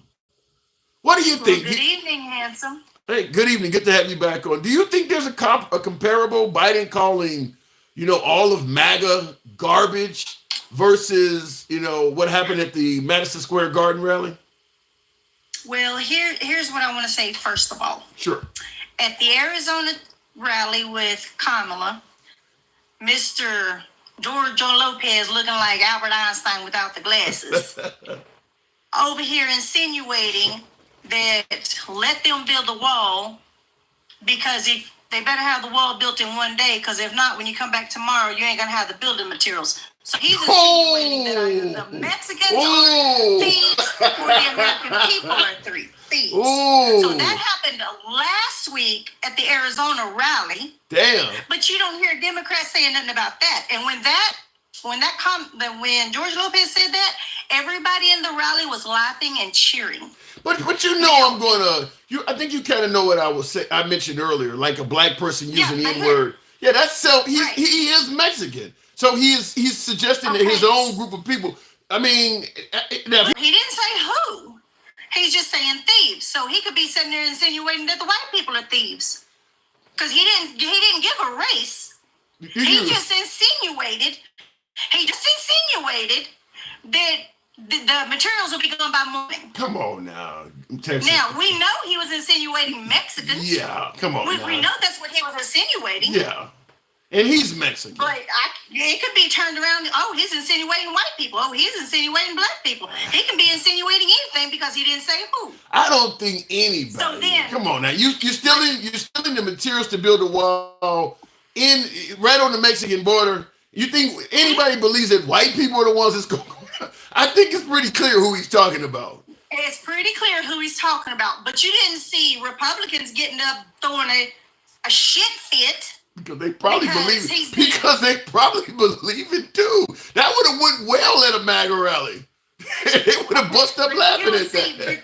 But the MAGA didn't say anything. The Republicans didn't say anything. He got cheered when he made that statement. Now, when the gentleman at the Trump rally made a statement about the island of garbage or floating island of garbage or whatever is Puerto Rico. He didn't say Puerto Ricans. He said is Puerto Rico, which is correct. Puerto Rico has more trash on it that would fill 43 football fields. Wow. Worth of trash on their island. So let me ask you this, Texas. So in all actuality, Puerto Rico is a floating island of trash. In all actuality, with 43 trash that will fill 43 football fields. Do you know how much trash that is? Come on, hold on. Let me ask you this. Do you really believe when he said that Puerto Rico is a floating island of trash, he was referring to actual garbage and not the inhabitants on the island? Is that what you're trying to tell me? He wasn't talking about any human beings? He did not say Puerto Ricans. Oh my God. He said Puerto Rico. What are you, a lawyer? No, I'm a housewife. Well, I mean, it doesn't take, I don't try to insert stuff into that. And when he made that statement, the constituents that was at the rally booed him. As to whereas when George Lopez made his statement, he was applauded and laughing and cheered. I hear your point. People at the MAGA rally did not appreciate what the gentleman said. I mean, I hear your point, but I think the whole. Here's the thing with Biden. I'm listening. If he thinks that the Republicans and MAGA are trash, baby, take me out November 5th because I'm voting red. Take me out with it, okay? All right. So you want to sit in the garbage truck with Trump? I will sit right there with him. Well, I will say this, though. If the Democrats are bitching about this guy talking about that, then they need to be over there on their side bitching with George Lopez, Albert Einstein looking ass, talking about Mexicans being thieves. So well, I mean, make it make sense. It make sense. Here's the issue. Based on what you're saying, anytime an African American suggests that a white person using the N-word is racist, you could bring up any black comedy show and show, well, look, they're saying, I mean, it's not going to, I hear what you're saying, but it's not going to fly like that. George Lopez making negative jokes about Mexicans, it's not going to go in the same category as what you're trying to do. Technically, you're right, but nobody's going to buy that. Comedians. Huh? They are comedians. That's how they make their living. They are comedians. As to one is talking about a people, the other one is talking about an island. So then let me ask you this. Texas. Uh-huh. If Kamala Harris had threw a Democratic rally and hired this very same comedian, he did this very same joke about Puerto Ricans living on an island of garbage, you think MAGA would have just laughed it off? About Puerto Ricans. Whatever you want to call it. You think MAGA would have just took it as a joke and they would not have tried to use it against the liberals at all, huh? We don't care. Really? So what? It's a comedian. That's what they get paid to do. J-Lo, Bunny, whoever, all of them are Puerto Ricans. Don't never one of their asses live in fucking Puerto Rico. They want to bitch and complain about Puerto Rico. Why ain't they ass over there cleaning up Puerto Rico? Here's what I don't get. If a singer or a songwriter who gets paid to make music makes negative music about Trump, you guys do care. But if a comedian you're telling me you wouldn't care about this comedian, you get mad at people that say anti-Trump stuff all the time. You're gonna tell me this comedian get up there and deface all of Puerto Rico by talking about it's an island of garbage, whether it's the garbage on the island or it's the citizens, and MAGA would just let that ride and say nothing about that at all, huh? I wouldn't say anything about it. Not talking about you. I'm talking about Trump. Trump, my opinion, would be the main one seizing on the fact I can make political capital out of this. You're telling me I'm wrong. You're telling me Trump wouldn't seize on that. I don't know about Trump, but I'm just saying that the gentleman was stating a fact about Puerto Rico. Okay. It has been, it needs to be an issue that has been taken up. No one has taken up the issue. The government was corrupt. The governor didn't want to leave out. They had to do a massive, everybody in Puerto Rico was doing a rally trying to get this governor out, and all they did is stole the money. And nobody's been over there to clean it up. Nobody's been over there to help. This would make a lot more sense. That's my thing. Yeah, this would make a lot more sense if this came up before this dude started making jokes. Now all of a sudden we care about garbage in Puerto Rico because this dude made this crazy. Trump's been on a stump for 2 years now. It's because Democrats wanted to make a big damn deal out of it. But you're talking about an island of Americans, essentially, talking about Puerto Rico, loaded with garbage. Trump's been on the stump for 2 years.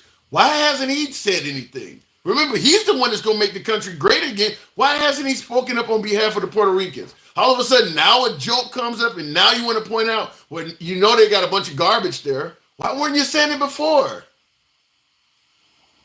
Why hasn't Kamala and them said anything before? Why ain't they admit that the MAGA was garbage? Well, why ain't they say that? Okay, why they want to take out half of their country? You can deflect I get your point about Kamala. You can deflect to her, but what I said about Trump applies as well. And I see in the comments, Will G says MAGA is definitely playing victim and hypocrites. I got to disagree with you, Texas. I really believe Trump would have seized on the opportunity. If they were just like deplorables and now him being called garbage, you hire a comedian to refer to this part of, which is part of our territory, as garbage, and Trump would just let that opportunity go by. I don't buy that. He would use that to separate the Democrats from their Hispanic voters. He would seize on that. By the way, that's kind of what you should do if you're running a campaign.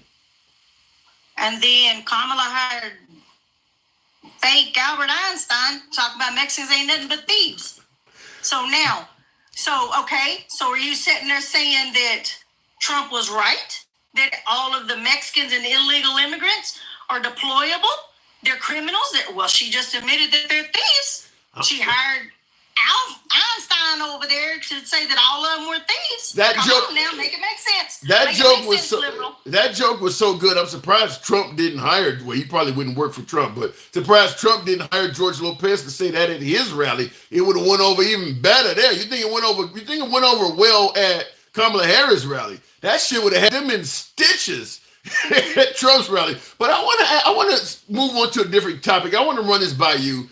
Certainly because you're a woman, indeed. This is Trump within the last 24 hours. Now, I heard this on the Breakfast Club, home of Biden saying, vote for me, you ain't black. This is the same program. It's the audio, better yet, it's Nikki Haley suggesting that Trump, some of his behavior is costing women votes. I want to hear your opinion on this. His messaging to women. Let's hear some audio from Nikki Haley.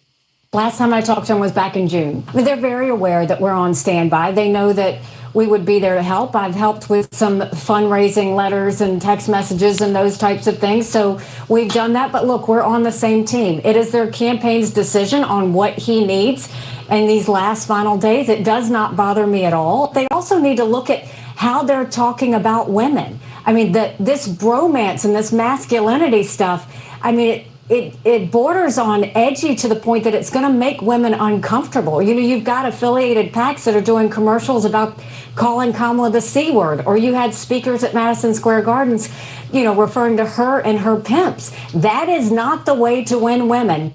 What's your take on that? I'm going to tell you, I'm not like most women. I'm gonna be upfront with you. You know, I'm straight and to the point. I don't hold nothing back. Okay, you are straight for me, and to the point. Okay, get it. I'm straight to the point. For me, it's not going to cost a vote for me because I believe in the alpha male. A lot of women don't believe in the alpha male. What's going to cost Trump what's costing Trump the votes for women is the AB issue. Yeah. What do you mean? But I want you to elaborate. You said something interesting. Hold on. Before you get into the AB issue, you said something interesting. You said, I believe in the alpha male. I want you to elaborate on that. I believe that the man runs the homes. The man, it's always God, man, woman, child. God, man, I need to be in your house. Damn. All right, so man is second under God. Yes. Woman is third. Yes. Do you believe a woman should even, regardless, let's take Kamala Harris out of the picture. Do you believe any woman should be president of the United States? Yes. Okay. I believe a woman can be president of the United States. And I told you this before. If it was Michelle Obama and Trump running, Michelle Obama would have the votes, not Trump. Would she get your vote? Would she get your vote? She'd get my vote. Yes. Michelle Obama, yes, without a doubt. You pick her over Trump. I see somebody in the comments said sandwich maker. Jay Evans is suggesting you're a sandwich. Now, why would you pick Michelle Obama over Trump? What about Kamala Harris is different from Michelle Obama? Most of the policies, everything from... No. Go ahead. Michelle has got a stronger backbone than Kamala. Kamala is too wishy-washy. If there was a strong female running for office, then I would look at voting for a woman. That doesn't make sense. I hear your point, Texas. That doesn't make sense because they're talking about the policies of Kamala Harris. You're going to get almost all of the same policies. She may be stronger in her conviction of them in regards to Michelle Obama, but everything from your concerns with transgender issues, everything with your concerns of universal health care, you're going to get all of the same policies out of Michelle Obama. Why would you suddenly go with her simply because she's stronger at promoting it? Because Kamala is not strong enough woman to run the country. It's going to take a woman with backbone, with conviction. It's going to take a strong woman to run the country. You can't be an omega. You can't. There's no way you can have an omega. I heard that Hillary Clinton took a bunch of people out, so you voted for Hillary Clinton then, right? In the beginning, in the preliminary, I did vote for Hillary, but in the election, when it came down to election, I voted for Trump. Okay. Yes.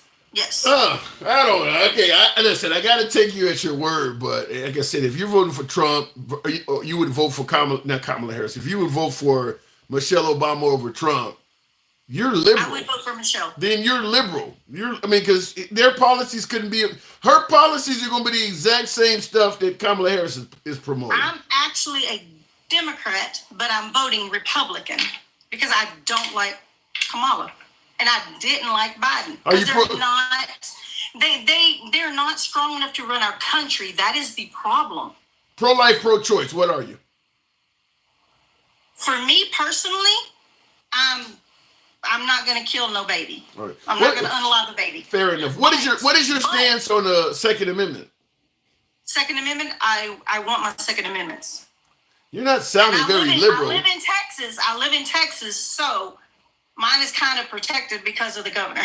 Okay. All right. Fair. How did you feel about Obamacare? The Obamacare, it worked for some. I feel that if there was free health care for the American citizens and not illegals, then yes. Yes. I go off of policy. Let me give you another one. Forgiving student loan debt. What say you? I can't do that. Okay. I personally can't do that because if I pay for mine, somebody else should have to pay for theirs. What happened on? What happened on?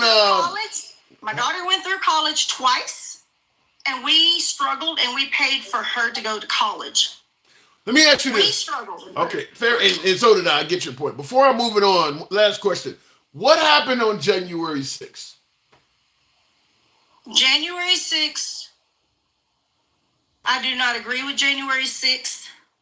There was stuff that happened on January the 6th. Why did it happen? Why did it happen? Because people get together and act a fool. Okay, why did they act a fool? Why did they act a fool? Because there is nobody that can actually protest peacefully like it's supposed to be. What were they protesting? Well, because of Trump saying that he won and whatever. Did he win? The ballots say no, Trump says yes. What do you say? I say we'll never know. All right, Texas moms. Spoken like a true far-left Democrat. Appreciate you coming on. Thank you. Moving on the program. All you got to do is ask folks a few questions. This is how we run the program. Tap the screen, get likes up to about 60,000. We can certainly have that. I appreciate Texas Mom coming through with her liberal ass. Always welcome back. Good talk, Texas Mom. Smash that like button on YouTube as well. Get the likes up to about 250. 250. FIDDY 250. Appreciate you folks that are showing the program some love.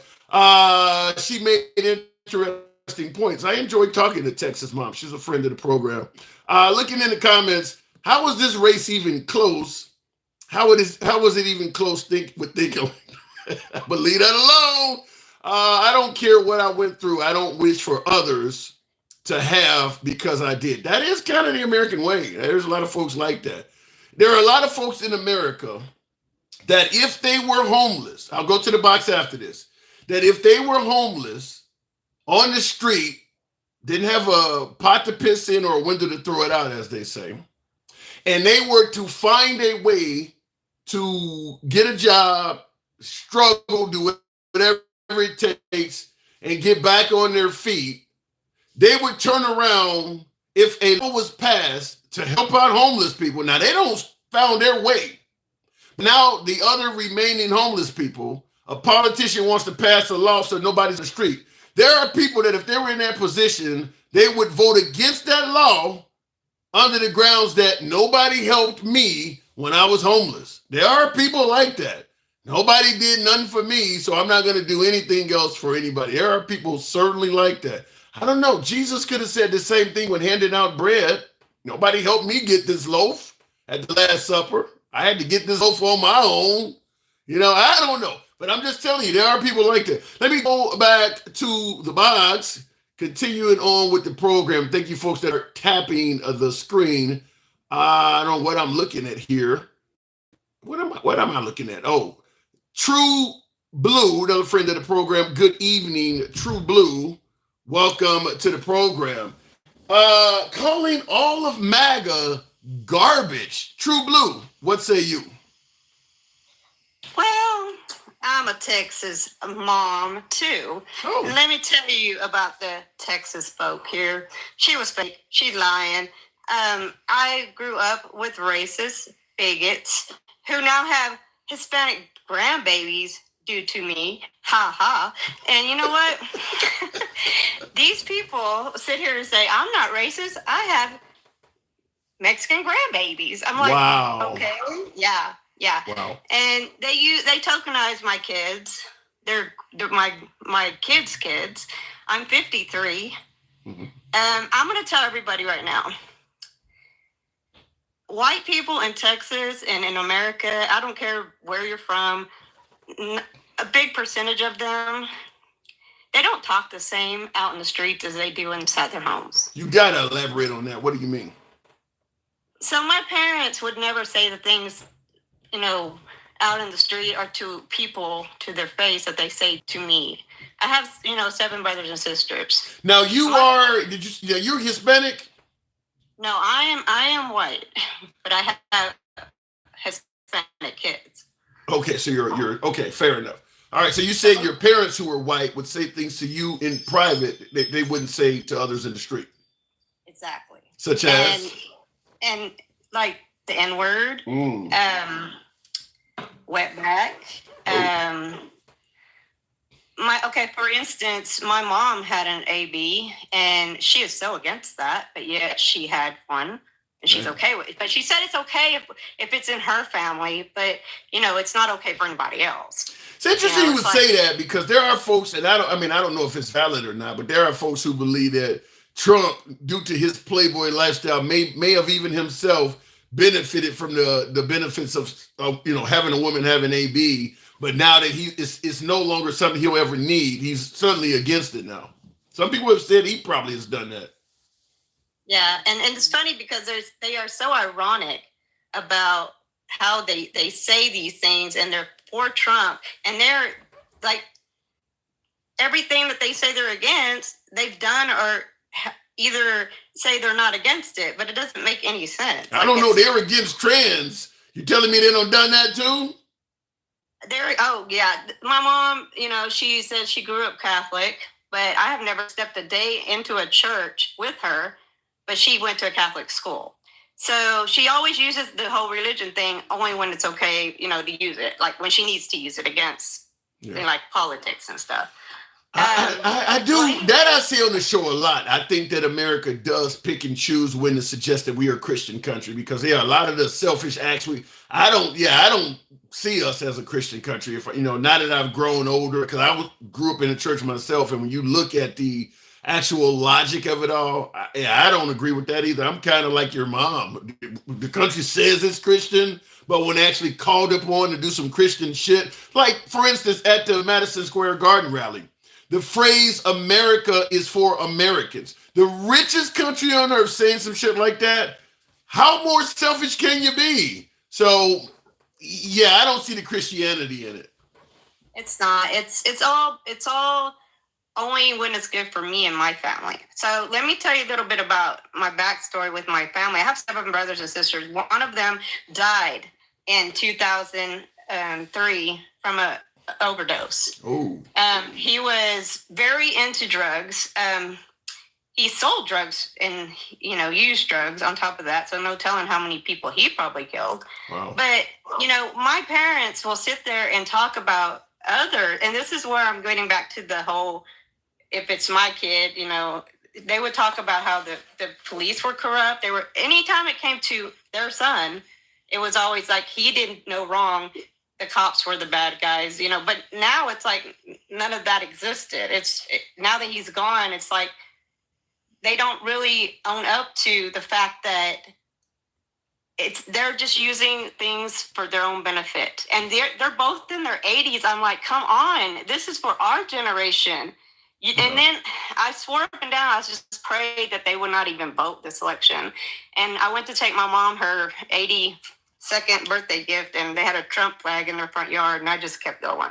It's amazing in how many families have been broken up by politics, particularly in the Trump era. I gotta assume Obama probably broke some of them up too, for them being the first black president. Yeah, that's when I realized that he was going to bring a grift between me and my parents, because the N-word was coming out of my dad's mouth a lot. And he's an army and a U.S. veteran, U.S. Military veteran. He was in the military for several years. He did Air Force and Army. Wow. And I just cannot believe that he is going for Trump because he talked about Putin.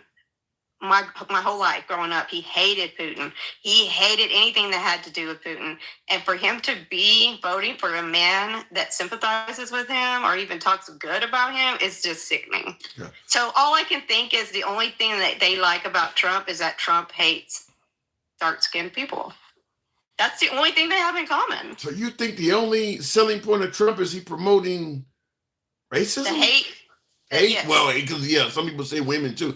Really? Wow. But what about the economy? My dad is an alpha male. My mom never has worked. She's always been a stay-at-home mom. He treats her like shit. He's cheated on her several times. He is not, I mean, that's the American family. That's the kind of family they think that should exist. That's just what they were brought up to believe. And it's sad. And it's sad that people are lying to themselves when they say, oh, we're not racist, knowing damn well that I grew up in a house that had me thinking that those other people were scary. For instance, I moved from North Dakota to Texas when I was 7, and all I ever heard was don't talk to those people. Don't talk to those people. Like, it scared my parents when I started dating a Hispanic male growing up. I mean, and when I got pregnant at 16, I was thrown across the room by my hair, and and told that I was going to have a wetback's baby. So I really wish that people would stop lying about how they talk behind closed doors, because I know white people have to deconstruct, and if you don't, it's going to ruin our country. Is your? It's going to ruin. I mean, the guy you had the kid with, is he real? Is he a dark Hispanic? Okay, so not really, and he actually acts more white than he does Hispanic. It's kind of funny. But he is tainted. I guess he does have Hispanic blood in him, so that's probably all that matters. Oh yeah, he's full-blooded. But the thing is let me tell you, like, most of the Hispanics in my small town here in Central Texas act white. Do they vote Republican too? Yes, sir. Wow, that's interesting. They want to be part of something. They want to be part of something. They do, and it's sad. They're gonna be part of something, all right. The deportation process, they keep fucking around. Yeah, I mean, he'll be part of something. The guy I'm with is not like that, and he was not into politics at all. He's never voted until he got with me. So, yeah. Wow. You guys. Me and my fiance, we cut my parents' votes out. We had to. So no chance I could interest you in maybe a red hat? Yeah, one that says "Made you look." I've seen those. So I'm going to assume that your fiance is also not going to vote for Trump. Oh God, he cannot stand him. Yeah. He sees him for what he is. He really does. And so do and I have 2 granddaughters that voted this year, the first time voters, and they are voting for Kamala, and my daughter's voting for Kamala, my son and his new wife are voting for Kamala. And they're all first-time voters. So. Now, your state is expected to go for Trump for sure. Is Ted Cruz, is he secure down there? Is he safe? Nope. No? Nope. Think they'll get rid of Ted Cruz, huh? They're going to get rid of Abbott, too, like that lady said, because her for governor.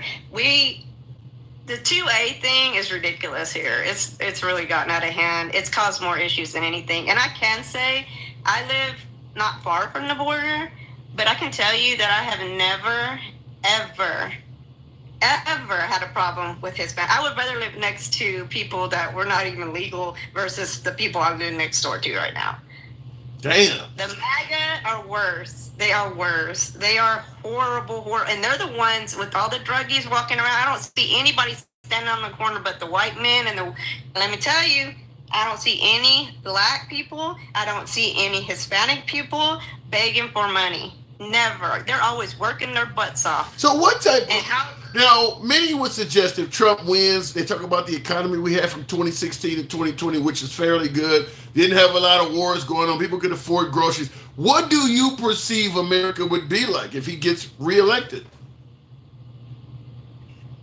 In all honesty, I pray every day that I wake up and I'm I know this sounds horrible that he's gone, that he fell asleep and didn't wake up, because if he does get elected, and I'm not wishing him death. I'm just wishing that either he would wake up or somebody would wake up and just be like, okay, we can't let this man be president, because it's scary. I'm scared not for me, but for everybody that I care about. Because I'm a white woman in America, really. I've already went through menopause. I can't have a baby, but I have family that can, and it's scary. It's very scary. Wow. And Texas is a worse place for abortion rights. It's scary. Yeah, you guys had Kate Cox down there. She had to leave the state because her life was in danger. They wouldn't let her have an abortion. And they passed the laws in your state where you can't even use the highway to leave the state to have an abortion. So you are in an interesting place. I don't wish death on him, but he is very old, and it scares me that if he does get in, that something bad would happen. I just wish somebody would open their eyes to that. Well, then you could get J.D. Vance. We'd be okay with him, wouldn't we? Oh, God. He's worse. And I think that a lot of the MAGA need to realize that I don't think that Trump is going to probably make it through the 4 years. I think Vance wants to take his spot. I've heard that. I got to move it on, True Blue, but I have heard that. Because Trump is 78, and some folks that were around him during his term are saying that, yeah, he does not look mentally as fit as he used to be. So, I mean, he is 78, so we're expecting him to be healthy and tried and true until he's 82. So we see what Biden looks like at 82. So, yeah, it is possible. True Blue? Yeah, God bless everybody, even Trump, because, I don't want people to think I'm being hateful when I say that, but he's lived a life. We need new, young people in there. And Kamala is just a start, y'all. She's just a start. Well said. First time talking? Is this our first time talking? Yes, sir. I definitely appreciate it. You're really interesting guest. My door's always open to you. Thanks for coming through. Thank you so much for having me. It's a pleasure. All right, moving on with the program. Wow. 2 Texas women back to back. I do appreciate getting some females on the show occasionally, but that was an interesting contrast to get clear-cut MAGA followed by exactly the opposite. So, yeah, really good contrast there. As I say, folks, we don't block, ban, or censor anyone for their commentary. We go left to Bernie Sanders, so I'm having dinner with Q. By the way, I haven't said it tonight, but if you do enjoy this type of dialogue, understand we don't block, ban, or censor. Feel free to follow the program on TikTok, a subscription on YouTube, if you will.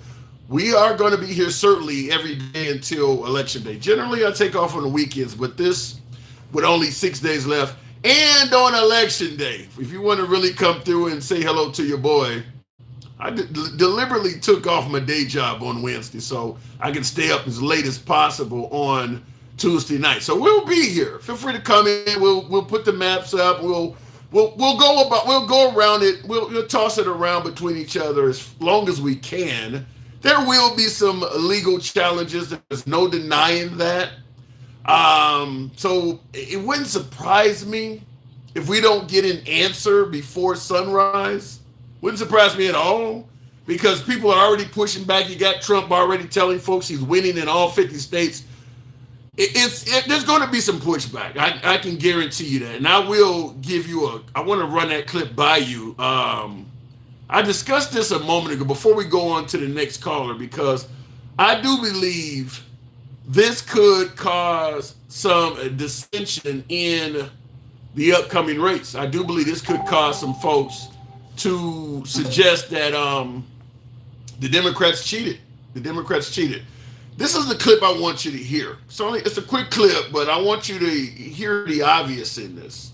That have been doing this for a long time, 30 and 40 years, said there's never been an event so beautiful. It was like a love fest, an absolute love fest, and it was my honor to be involved. Republicans never lead in the early voting because for whatever reason, it's habit or it's a certain security they feel in going to the booth. But we never lead in. I don't know if we've ever led in every single state. We're leading in. Some states are in play that nobody thought would ever be in play, but I think people are seeing, because, again, we're the party. So you hear him there, just to play it again, because I was getting praised by Alter Ego. Thank you there, Alter Ego.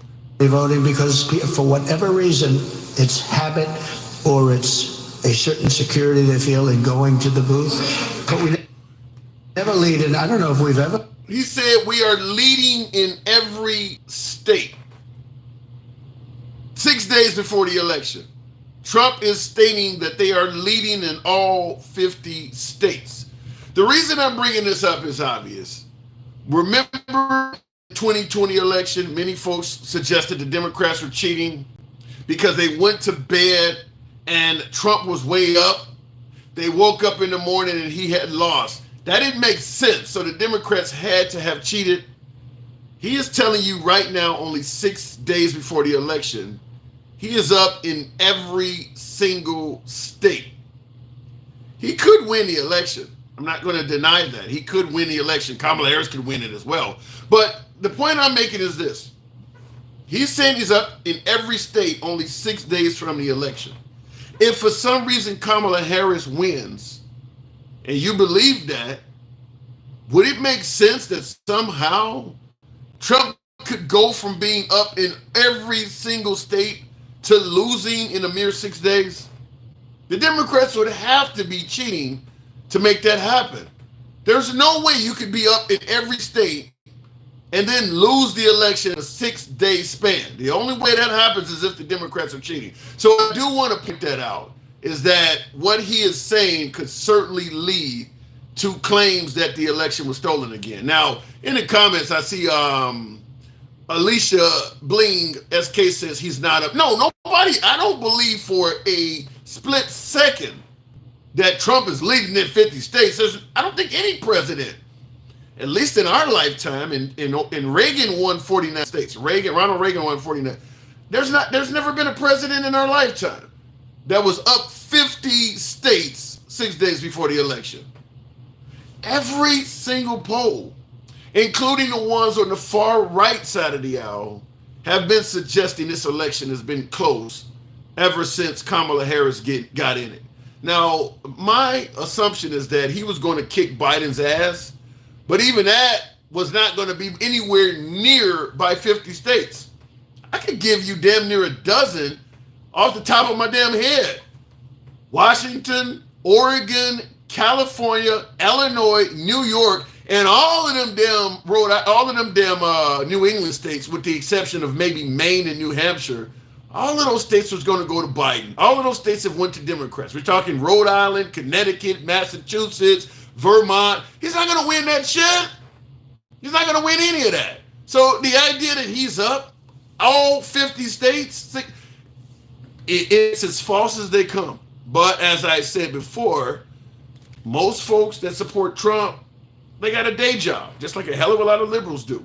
Most folks are not deep into politics as you, I, and many of us may be. Perhaps you go to a rally every now and then. Perhaps you watch a little bit of Newsmax or OAN or Fox, but you're busy with your regular life. So you believe Trump is the best direction for this country. He's a decent guy. He's on the up and up. And you take him at his word that right now, as we speak, October 30th, he is leading in all 50 states. So if for some reason Kamala Harris wins, this is not going to make any sense at all. And I will tell you this before I go to the next caller. If you listen to Democratic voters, they've been concerned, kind of like my last caller, frightened, concerned, wondering what's going to happen if Trump wins, wondering what the country's going to be like. If you listen to conservative voters, they're already celebrating. Trump can't lose. He's gotten in the bag. The conservatives, Republicans, MAGA, none of them believe it's close. Most of them believe that Trump has already won. Possibly because of something like this. Now, keep in mind, as I said, the polls don't say that Trump is running away with it by any means at all. But MAGA, Republicans, and conservatives, their mindset is that it's in the bag for Trump already. So that's why I'm saying if for some reason Kamala Harris wins, a lot of folks that support Trump are going to be like, I don't know how the hell this happened other than the Democrats must have been cheating, because they've been believing that Trump has got it in the bag probably for several weeks already. Wanted to address another super chat. I seen that from Will G says Maga is definitely playing hypocrite, playing victim and hypocrite. There was another super chat that came in. I do for some reason my damn TikTok or YouTube, and I don't know why I got a flag on it. Give me a moment here quick to clear this thing out and bring what I was just about to discuss.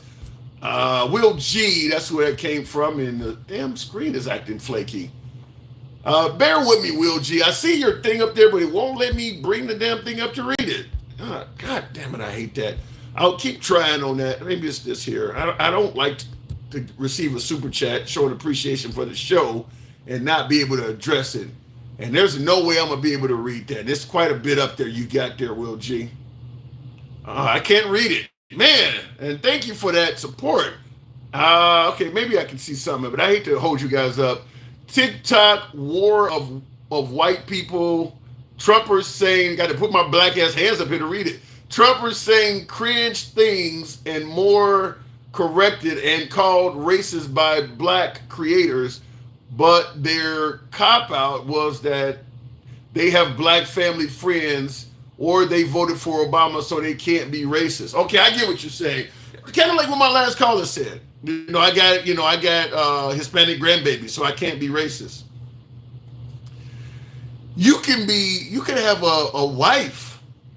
You can have a wife of a group of people that you don't like. I mean, the slave masters were doing. I mean, the slave masters had women breastfeeding their kids. So you can have any damn. None of that means anything. Because folks, with Trump dated a black girl. I'm just telling you. Looking in the comments, real quick. Thank you, Will G.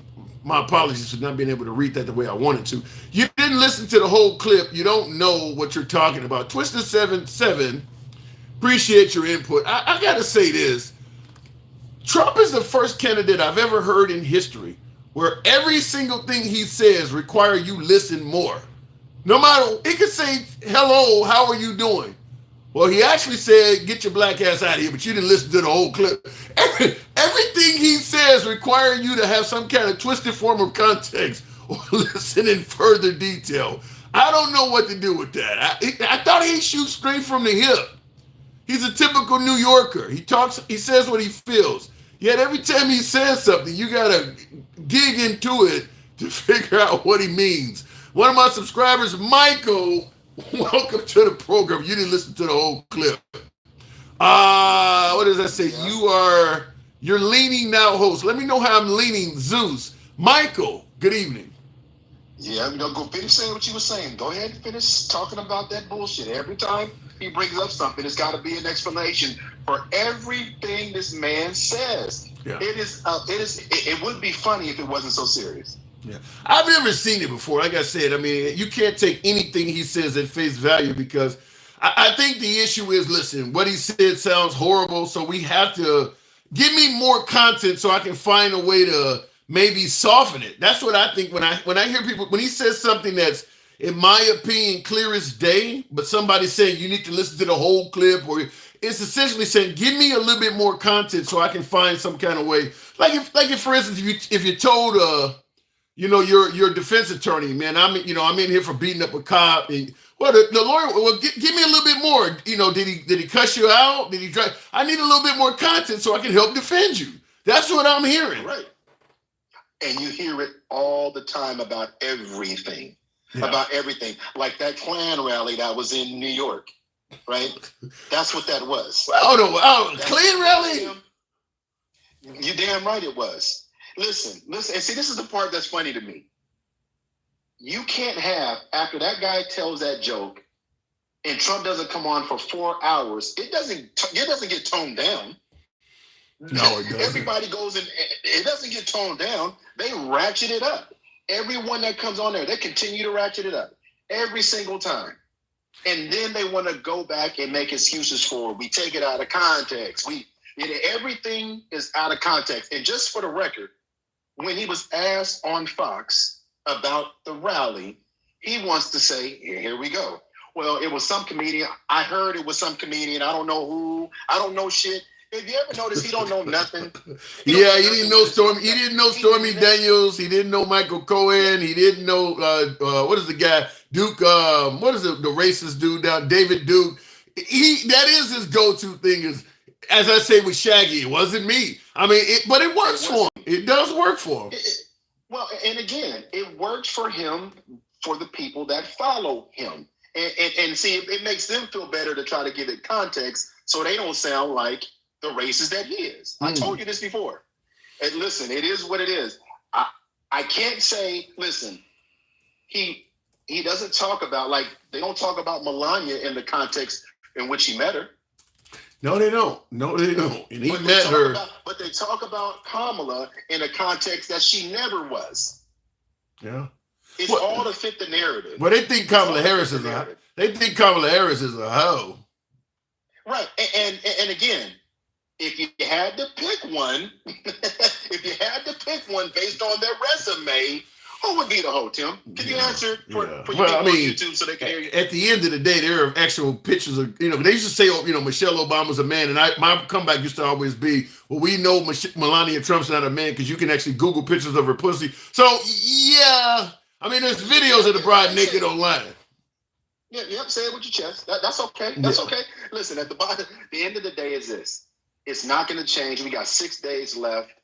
And the audacity of that campaign to try to make sense of any of this stuff is ridiculous to me. It's ridiculous. It's like J.D. Vance going on CNN on Sunday morning and trying to make excuses, and he can't talk his way out of a paper bag. And then it's the media, but they don't complain about true social media. They don't complain about Newsmax. They don't complain about Fox. But they are media, though. Yeah, they are media, right? It's just crazy to me how insane it is. That's why she's got to win. We got to try to get back to some sense of normalcy. Because listen, don't forget the reason why that rally was in New York. Right? Mm-hmm. Because that's the first time they've had a political rally in there since 1938? No, that's not true. I mean, Kennedy had a rally there, I believe. No, I'm talking about from this far right position. Let me back up. Oh, you mean the Republicans had a rally there? Yes, from this far right position with this white Christian national position, that's what it is, and they're trying to mirror that from back in 1930. I think it was 1938. When they had the rally there as well. All you got to do is just pay attention, but people want to duck their heads in the sand so they can have no culpability to what they're actually signing up for, but they know it. Well, you know it and I know it. But some are going to suggest that there were people of color at that Trump rally. I mean, there were plenty of people of color there. Well, just listen. Just because you're a minority doesn't mean that you respect your own culture, aka Byron Donalds when they played the Dixieland music before he walked out on the damn stage. But there's coonery and buffoonery everywhere. Yeah. It just is what it is. And that's. My caller may have gotten a call. We'll give it a couple seconds for him to clear it out. Yeah, okay, go ahead. That's never going to change. That's never going to change. And I don't even waste time on that, to be honest with you. But when I get on here and I hear people like Jeremy thinking that being a misogynist is okay because, of some of the comments, it's not okay and it's not funny because at the end of the day, there are people that will ride on these words, ride on what's being said, and they will act on it. And you're talking about, but you're talking about Jeremy, a man saying it's okay to be a misogynist. You heard the woman that followed him down in Texas mom. She even says she supports the alpha male. What did she say? God, man, woman, child. So some people do support men being in charge. Well, but being in charge or being in a position of leadership doesn't account to being misogynistic. Those don't equate to being misogynist. No, but damn, does it not promote a hell of a lot of it? I mean, if you're going to give him that kind of power, with power comes corruption often. It depends on the man. Yeah. It depends on the man. Well, and I'm going to ask you this. If that's the case, every man in a leadership position is a misogynist? Is that what we're saying? We can't say that, can we? No, I get your point, but I mean, to me, that's more along the lines of domination as opposed to just a leadership. Well, yeah, but listen, it's no question. And again, any woman supporting him is okay with what he does. Clearly, that's important. Listen, it's not like you have to go look for who he is. He's been saying it. He's been doing it right in everybody's face, and everybody supports him, men and women. right? I mean, it's just if they support him, just say it with your chest. That rally and that joke. But you said a Klan rally. Well, what would you call it? It wasn't a political rally. Listen, it wasn't a political rally about politics. It was not a political rally about politics. They spent more time talking about pimps and hoes and talking about Jewish people and Latino people and black people and watermelon. Tell me where. And here's the funny part. You don't even see clips online from that rally where they talked about politics. All you see are the clips about all of that nonsense, right? You had people leaving that rally going, man, I can't believe what I just witnessed, which I don't find genuine because you're there. But whatever. At the end of the day, there was nothing good that came about that for the American people. What was the white judge? Well, I will say this, because that was the whole purpose, is for Trump to brag that he sold out Madison Square Garden. It wasn't good. And my guess is it wasn't a net benefit for Trump at all. I mean, that's a rally that Maga would have been better off never having happened. He didn't gain I don't think he gained a single vote from that rally. I mean, anybody that was there and listened to that, they was already MAGA anyway. 100%. And the sad part is this, and then I'm going to drop. The sad part is this.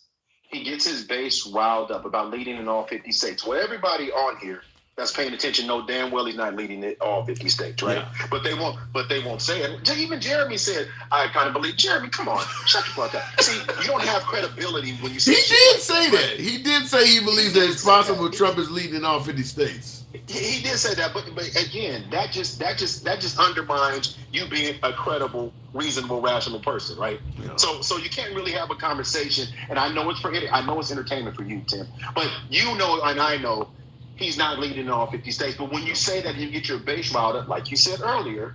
So if it doesn't turn out the way that you expect it to, there's this huge disappointment because they believe the words that are coming out of the Orange Julius's mouth. Because that's what I call it, Orange Julius.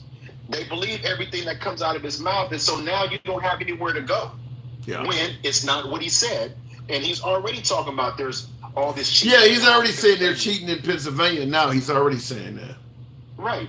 So is that a coincidence that it's cheating in Pennsylvania after what he said, what they said about Puerto Ricans, with 600,000 registered Puerto Ricans and 600,000? Wow. No, I think it's 600,000 Hispanics. It's about it's about 500,000 Puerto Ricans, so I guess close enough. I mean, because when you factor in that Trump only won Pennsylvania in 2016 by like 44,000, and Biden won by 81,000 in 2020. So don't you think that community could swing the vote? A lot, easily. I mean, even if only 1/4 of them. I made a video of this, and I said even if only 1/8 of the Hispanics in that state, 1/8 got pissed off about what Trump said, or what happened. Not Trump didn't say it, but got pissed off about what that comedian said at that rally. Even if only 1/8 of them, that's basically all of the votes that Trump won Pennsylvania by in 2016. He only won by like 40,000 votes. So yeah, it could certainly happen. Right. I mean, at the end of the day, and then so now he's setting the stage for cheating, right? Wait a minute. Before I let you go, somebody asked the question, did you see the Trump parade in Puerto Rico? Did that happen? I didn't. You know what I saw? I didn't see that. Maybe it did happen. What I saw, I did see a parade, but it wasn't Trump. It was all blue. That's what I saw. All right. But again, maybe that's true. But at the end of the day, listen. As far as I'm concerned, then I'm gonna let you go. If it's Latinos for Trump, Puerto Rican for Trump, women for Trump, black for Trump, that to me is a subset of all of those cultures that just don't have a clue what's going on. And these Puerto Ricans and Latinos, you're gonna vote for Trump and he wins, and you're gonna be right on that first deportation bus. All right. Appreciate you coming through, Michael. And Mike Johnson is talking about getting rid of Obamacare. Did you see that earlier? Yep. Yeah. And how many people are on the Affordable Care Act right now? That ain't gonna happen though, because there's too many folks on the right that are benefiting from Obamacare as well. That would be really bad. What do you think would happen if the left said that? The right would make them pay for saying it. 100%. All right. And all these supporters would just believe that it was going to happen. So how come they can't believe what's being said on that side? It gets no argument from me. Mike, I got to move on. Appreciate it. All right, brother. All right. Looking in the comments, someone said something I wanted to respond to. I don't know if I lost it already. But yeah, Puerto Rican for Trump parade in Puerto Rico. I would sure like to see that. Record high voter turnout for Trump, but record high black voter turnout for Trump, says Sergeant Synergy. I believe there's some validity to that among the black males. I think that Trump may end up getting more black males than any other Republican candidate in our lifetime. I mean, I'd say now that's the record high. He's not going to get more. He's not going to come close, not even remotely close to getting 51% of the black vote over Kamala Harris. It's not. He don't need it, by the way, but he's not going to come close to getting more black votes than Kamala Harris. But when I say there will be record turnout, if you compare how many blacks voted for other Republican candidates compared to Trump, I think he will fare better. I'm talking about Mitt Romney, John McCain, the Bushes, the Reagans. I think he will do better. Particularly, I've had some black voters on the show. The LGBTQ stuff is really hurting the Democratic Party. The gains of the transgender community is hurting the male vote for Democrats. The alpha male vote, as my other caller talked about, the alpha males, they do not like the T in LGBTQ. They just don't like them, period. They're coming up with all kinds of other reasons. I don't want you shoving it down my throat. I don't want it around my... They don't like them, and you just can't come out and say that. So you come up with other reasons. Kind of like, I hate to keep mentioning racism, but it's kind of like racism. You don't have a lot of politicians throughout American history that actually said, I don't like these people. There was always another reason for why they were doing what they were doing. Segregation, hey, just stay on your side, we stay on our side. We don't dislike you, though, even though you know. I mean, so they don't like the T in LGBTQ. The alpha males don't like them. And those folks is, I believe, in my opinion, maybe I'm wrong, you can let me know in the comments, I believe that represents why blacks are voting for Trump. It's men. Now, black women, there will not be a historic turnout for Trump. In fact, it might be lower. It might be lower than other Republican candidates, saying that Mitt Romney or John McCain may have gotten a higher voter turnout of black women for them. It's going to be low as hell. I'm just simply saying, black women ain't voting for none of these motherfuckers, to be honest with you. But I think in Trump's case, it'll be well under 10%. Black women, it'll be well under 10%. Hanson, what are you going to do after the election, says Captain Chronic. I'm going to come on here and talk to you folks. Some of you folks will probably ridicule the hell out of me. Maybe I deserved it. Others might need a shoulder to cry on. So I will be here. By the way, for you folks that do like to tune in for this type of uncensored dialogue, MAGA friendly to the core, we will be here on election night. I freed up my schedule, as they say. So I won't even be working on Wednesday. Took off today so I can stay up pretty damn late to yap at you folks and take your opinion. So if between tuning into the regular cable networks, if you want to come through and holler at your boy, as they say, feel free to come through, smash that like button and things like that, and we'll hash it out. And I do agree with you, Greg Cave says the election will not end. The election will not end this no matter what. Well, it can calm it down quite a bit. I was in AJ's room and a lady said that kids should not receive school lunches. There are states that don't believe that. There are states that, I mean, this is where the right and left separate. The right is not a big fan of doing things for people that the person didn't earn, up to and including school lunches. I mean, for instance, they're passing all of these pro-life laws, making it basically so a woman cannot terminate the pregnancy. They're not talking about doing anything for those women. So yeah, I can believe that. It's in red states it's happening. Let me go back to the box. Tap the screen, get us on up to about 90,000 on the likes. Can we make that happen? Continuing on with the program. Takesha Boyd, good evening. Welcome to the show. I think I saw Big Finn in there. Was that right? And the right say they're Christians. Yeah, they do. Takesha. Hey, sugar. I had a dream you were wearing a MAGA hat, and that was it. Butt naked with a MAGA hat on. Not even if my hair was messed up and I was out in the streets, would I put on a Maga hat? Hell to the no. I'd rather my hair stand up on my head like Bushwick Bill before I wear a damn Maga hat. Let me give you a scenario. It's pouring down, raining, and you need something to cover your head. And somebody hands you a Maga hat. That's all they got. Would you put it on? I said no thank you and take my shirt off and put my shirt over my head and just wear my bra out in the public. that much against it, huh? Wow. So I'm not standing on Trump ugly ass. I want to go ahead and fix. Yeah, he ugly. Let me fix this right quick. When George Lopez told that joke and said that they would be stealing the lumber, he was saying they'll be taking it so you wouldn't be able to build a wall to keep them out. Not that they gonna steal it and go and build something on their own. That sounds like something MAGA would do. That's a good spin and twist. I like that. So they crazy asses. That sounds like something MAGA would do. It wasn't no spin and no twist. If you understood the joke, you understood the joke. If you didn't, you just damn didn't. Yeah. But that's what he was saying. They don't want y'all to build a wall to keep them out. So if y'all leave the lumber out there, they gonna go steal it to keep y'all from building the wall. That's the hell what that man was talking about. I didn't hear the joke, so I didn't even hear the joke, so I can't speak on it. Real quick in the comments before you continue, Takesha.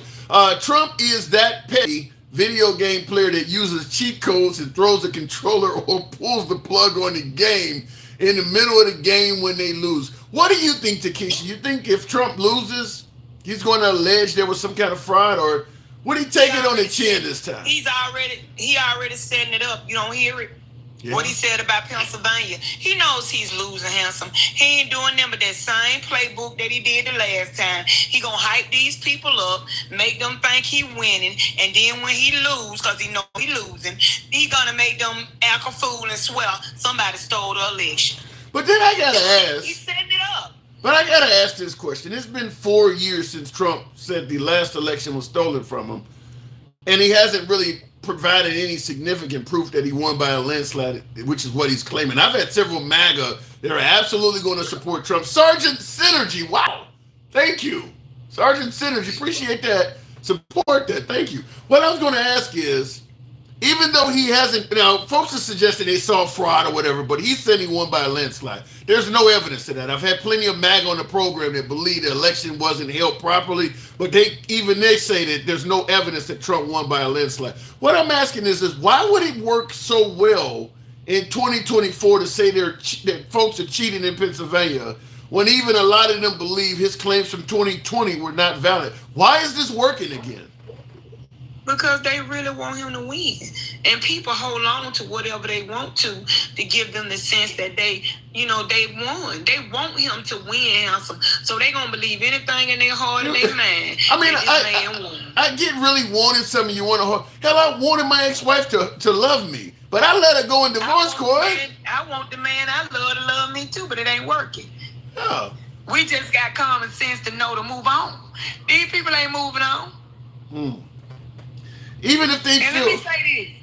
Let me say this. If I'm gonna say just like I said about January 6th, when Rudy Giuliani and them got up there and said all this stuff, and Trump was the last speaker.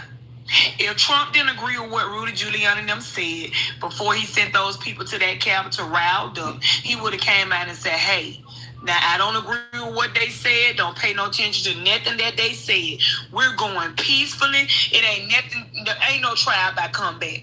We just going peacefully to protest what we think happened." If Trump had a thought that comedian was wrong, he wouldn't have got on TV and lied and said he didn't know the man. He ain't heard nothing he said. All he know is he had a love fest. But how do you respond? Now you mentioned what happened on that day. Steve in the comments says, living in the past, keep talking. How do you respond to folks who say when the Democrats bring this stuff up, they can't stop living in the past? They got Trump derangement syndrome. Trump keep bringing it up. Yeah, he does. Yeah, he does. Does not he keep talking about it? Yep, he sure does. Does not he keep talking about it? We gonna stop talking about it when he stop talking about it. It's a good answer. And I will say that when Trump gets up there and says he won the 2020 election and things like that, you don't ever hear MAGA say you're living in the past and let's move forward. I think they're not handsome. They are the most hypocritical people, and they always talking about the Democrats. But let me say this: they have said FJB. They made shirts that said "fuck Joe Biden." They call him Dementia Joe. They talk about him being in the basement. They dogged this man out the whole time, from the time he started running to the time he gave up his position until now. He called them garbage. Now it's the worst damn thing in the world. Now they got him a whole seat in hell with fire around it and gasoline draws on. Now they got an attitude and they upset. Just like they told us, fuck your feelings. Yeah. You know what? You raised a good point, because when I heard that he had called MAGA garbage and folks were talking about how often, my first response is, shit, everybody he called garbage have been calling him garbage from day. None of them think anything more of him, which is why I also don't believe Trump, or better yet, Biden calling him garbage is really going to cost any votes, because everybody he called garbage. It ain't gonna cost him then, because look how they dogged the man out and talk about him. Look how Trump get up there and call Kamala dumb and stupid. It ain't cost him no votes. Yeah, well, we don't care what he called him. Whoop the damn do. Biden is not running. Kamala is. Yeah. She got up there. She made the right statement. Well, I don't favor Biden. I don't favor Biden calling MAGA garbage. But the point I was making is, I don't care. Yeah. Well, I know you.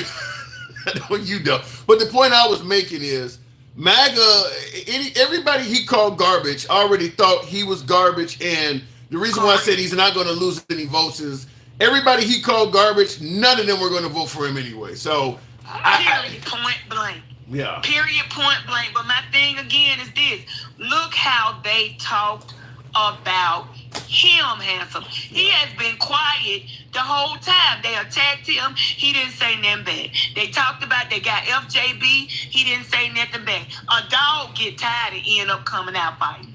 I disagree with that. He took some swings at him. Remember, he had the dart. How many swings did he take? Well, how many swings did he take, and how long did it take for him to swing? Good point. He didn't take many. A bully keeps bullying you until you get tired. But that bully be done bullied you a long time before you swing on him. Yeah. So stop it, okay? Yeah. Ultra MAGA. That's just like you at work and your coworker keep dogging you and dogging you and dogging you and dogging you every day, and you don't never say nothing. One day you just get fed up and be like, you know what? Fuck trying to be the better person. Let me go and show this man I ain't nothing to play with. Yeah. Ultra MAGA came from Biden. That's the only time I can really remember him swinging back. And of course, I guess for some reason they dropped our live. I'm going to have to. I'm not going to go to the backup right now. For you folks on YouTube, I don't know if somebody reported it. They didn't like what we were saying. Like I said, I don't block, ban, or censor. I'll go ahead and appeal it. But they did take the live down temporarily, which means if they don't accept the appeal, then I'll have the show will still go on election day, but it'll be on the backup. What did it say? Sexual. I think because I was probably using the actual terms, racist, abortion, and things. TikTok can be really flaky on that. Like I said, I don't believe in block, banning, or censoring, but I can't control the TikTok gods. They do it. Arnold Schwarzenegger endorsed Kamala Harris. Wonder what MAGA will say or do about it. They'll say he's a liberal or that he is some kind of rhino or something. Because Arnold Schwarzenegger was the governor of California for 2 terms as a Republican governor. In fact, when Arnold Schwarzenegger was the governor of California, they were actually flirting with trying to change the law so that he could run for president, because you had a big celebrity as governor and everybody in California. A lot of Californians even liked him as governor. So the Republicans were like, well, shit, he would make a good president. Now, he's not born in America, so legally he can't run for president. They were actually flirting with trying to change the law so that he could run for president. So, but now he's a rhino. They're going to call him a rhino now. He don't win against Trump. Takesha is going to vote for Gen X and his sandwich. Marin, did that guy say uneducated? Wait a minute. Did that guy say uneducated Puerto Rican people going to get deported? I think he's uneducated. Puerto Ricans have U.S. citizenship, sir. True. I don't think that. Obviously, the Puerto Ricans are in no danger of getting deported under Trump. This might be an extreme, and I'm just saying this. I know it's no guarantee this happening, but if they were going to show some hatred, they would revoke Puerto Rico's territory, because their territorial status, you know, or some of they would cause it. I mean, because they have a representative in Washington. There's other ways to downgrade Puerto Rico, but you're not going to deport them because, yeah, they have their own country. But there are other ways to downgrade them. I think I can say this based on my own analysis. And there's a Kamala Harris commercial being ran. I didn't bring it up for the sake of this live tonight, but Trump himself has said some pretty derogatory shit about Puerto Rico. We're not talking about the comedian, and we're not talking about what happened in Madison Square Garden. Trump, I bet he had Kamala Harris put together Kamala Harris's team in effort to defame Trump. They put together a montage of a lot of Trump's quotes about Puerto Rico in regards to the hurricane and how much it was costing and how he was like really not happy to be sending them that much tax money after the hurricane, of course, throwing the paper towels. He said some bad stuff about Puerto Rico that I didn't realize he had said.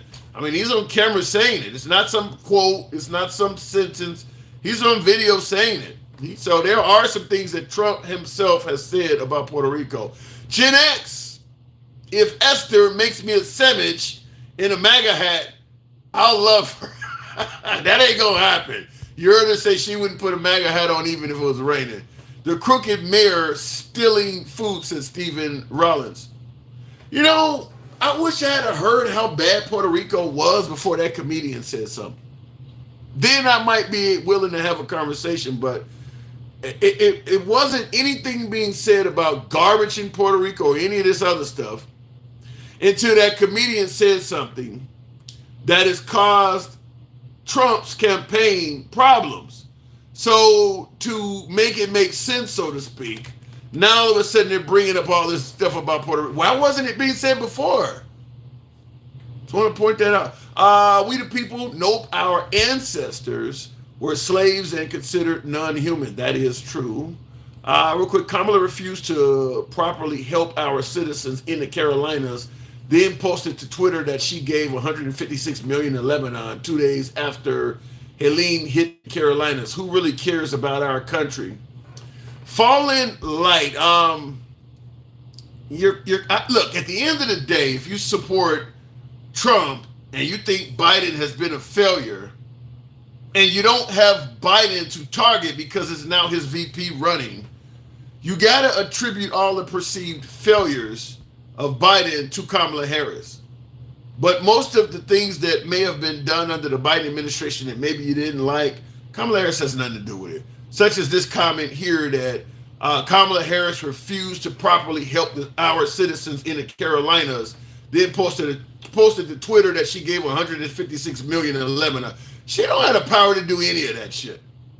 She don't have the, by the way, Congress, the Republican Congress that the right don't want to attribute any of this stuff to, like the $750 minuscule amount going to FEMA victims that you're talking about, Congress are the ones that are responsible for appropriating those amounts.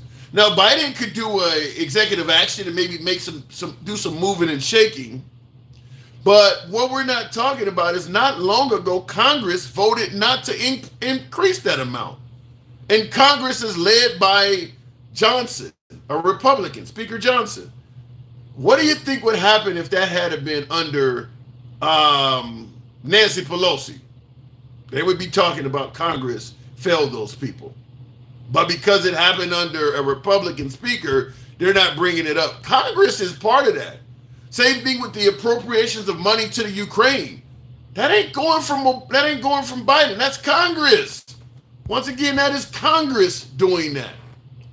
And I can tell you damn sure that if Nancy Pelosi was still in charge of the Congress under the liberals, they would be bringing up that Congress is doing that stuff. But because Congress is led by the right, they can only blame it on Biden. Biden can't do any of this stuff by himself. It's actually coming from Congress. He can sign it after Congress agrees to it, or he can veto it, and he has been signing it, but it's coming by way of Republican Congress. How many Republicans voted against increasing the FEMA proceeds? Nobody's discussing that. We want Biden. We want to go after Biden. So it's not coming up. Rename this live to the Donald J. Trump live, says Stephen Rollins. You got to put $20 on it.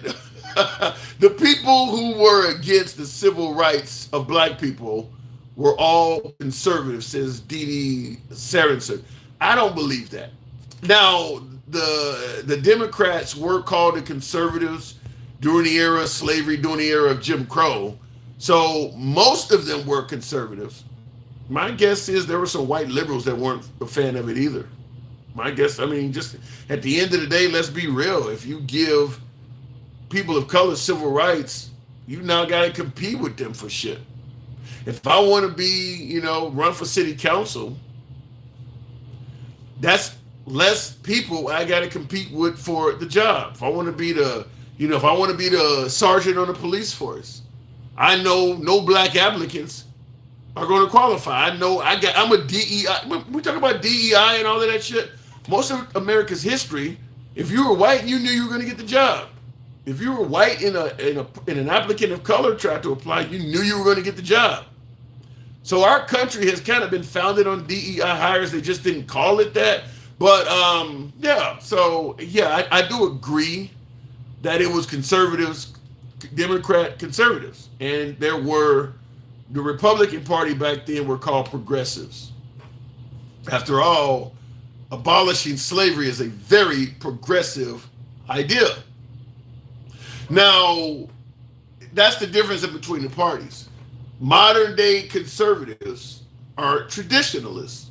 They want the country to remain in a manner the founding fathers intended. They want the country to remain traditional, pro-Christian, in all of the tenets that come along with that. The Democrats are the party that's constantly trying to evolve the country in ways that maybe the founding fathers never would have accepted. That's why they're called progressives. They're constantly trying to evolve and go in these new different directions. Well, when slaves were free by the Republican Party at that time, they were called Republicans, were called progressives. So the parties have switched. People don't want to acknowledge that. I've played the Martin Luther King clips on the program where you can hear Martin Luther King in real time dealing with the switch, addressing that he was concerned the switch was happening, all of that. But at the end of the day, a lot of people don't like to acknowledge it, and I understand why. The slave owners were Southern Democrats. The Republicans are the ones who fought to free the slaves. That is 100% true, Steve. 100% true. And the evidence of the party switch is obvious. The Southern Democrats, pro-slavery, pro-Confederate Democrats. And now when you look at who was waving around the Democratic Party, defending the statues who were undoubtedly Democrats at the time, it's pretty clear some kind of switch happened. Why would the Republican Party, the pro-civil rights, anti-slavery party, fight against the pro-slavery Democrats who are trying to kill them, defeat the Democrats of the South, free the black folks, and then start idolizing all the heroes that wanted to promote and keep slavery? Why would you be fighting in favor of keeping up statues? Because statues don't represent history, by the way. Like Trump has promised that if he is reelected, he's going to rename the army bases that lost their names. They were named after Confederate generals and Confederate leaders, and the recent outcry had some of the army bases change their name. Trump has promised to change the names back. To change the name. Why would a Republican that fought against all of those same people want to name an army base after them? Why would he be so gung-ho on doing that? Nothing to do with history. History is history regardless. That's like going to Iraq and demanding that schools and things be named after Saddam Hussein because it's history. Saddam Hussein's history, the history of that guy doesn't go away because a statue came down. You still know who the hell he is. You still write about him. You don't need a statue to dictate history. I don't think anybody watching this program has a statue named after them. You still historically were here. Your grandchildren will talk about you. You don't need a statue has nothing to do with history. And by the way, if every statue that exists has a plaque at the bottom of it, that statue the information is there, ain't even telling you the truth about what that guy was fighting about. So the statues had nothing to do with history. Looking in the comments, the entire civil rights movement was led by liberals, and the people who opposed them were conservative. That's true, and that's why you always hear the Republicans were the party of civil rights, the Democrats were the party of slavery. They don't mention conservatives and progressives or conservatives and liberals because that will show you a different tale. They stick to calling them Republicans versus Democrats. They don't bring up liberals, progressives, and conservatives because that'll tell you the tale. Trump and Johnson plan is not to recognize the election and send it back to the states. Well, you got a 6-3 majority on the Supreme Court. It could work. I don't believe, I'll just say this right off the bat. I don't believe for a second that Clarence Thomas and Alito, the one with the upside down flag in his house, I don't believe for a second that they can be trusted to make a fair and impartial ruling. And I don't believe that Maga would trust them either if they were Democrats. At least 2 of those justices, those 2 are as tainted as you can be. I don't believe for a second that either one of those justices would rule against Trump even if the evidence was clear in their face. Because Alito's, like I said, he's flying the flag upside down. His wife is. Justice Thomas is in contact with the Trump administration during the whole stop the steal. These are attorneys. These are judges. You know this guy has to have proof. Very similar to Giuliani, Sidney Powell. These are attorneys. You know how this shit works. You're in the court every day. You know this. You can't just make allegations. You know this stuff he is saying requires evidence and proof. So clearly these folks were on the take, which is kind of why all of them, I believe, have lost their law licenses. All of them have. Giuliani, Sidney Powell, and several other lawyers. Like, you know how the court system works. You can't just make allegations. Who the Giuliani talking about they passing around USB drives like vials of crack? You know you need to see what's on that drive before you make a statement like that. I mean, even if they're cheating, how do you know they're not cheating on behalf of the Republicans? You can't make no shit like Giuliani knew better. He absolutely knew better. He's a long-term attorney. You can't get up there and make all these statements with no evidence. Melanated King says you're wrong. State why. Feel free to state in the comments why. I'm gonna say the backup page because they've suspended the main page for, I don't know why. We were using some of the strong terms. We have the backup page. We will be on election night. We will run the program all night, election night. So if you folks feel free to tune in to that, subscribe to the program. But let me know what he said. Hey, look, at the end of the day, we're all about free speech. If I've gotten it wrong, I'll certainly concede the point, but let me know what I'm wrong about. Confederate flags at Trump rallies were welcome until recently. Why the change? Are they not welcome now at a Trump rally? I haven't heard they were. I have not heard they were not welcome. They were proud of their history. Not everything is about slavery. We wouldn't know that now, though. To Queer 88, there's a lot of American history that represents the South. The Civil War is only a small span of time, just a few short years. Out of America's entire history, you're going to pick the most violent few years in American history to represent your heritage. You live in Georgia, you can't celebrate a peach or some shit like. You gotta pick this. You gotta pick the battle flag the time you were at war. That's out of all of the things that represent the South. This is the best you can come up with. How about the damn Gadsden flag? Now this doesn't represent the South. This is 13 colony shit. But how about something like that? There's a ton of other things you can pick. That flag was picked for a reason.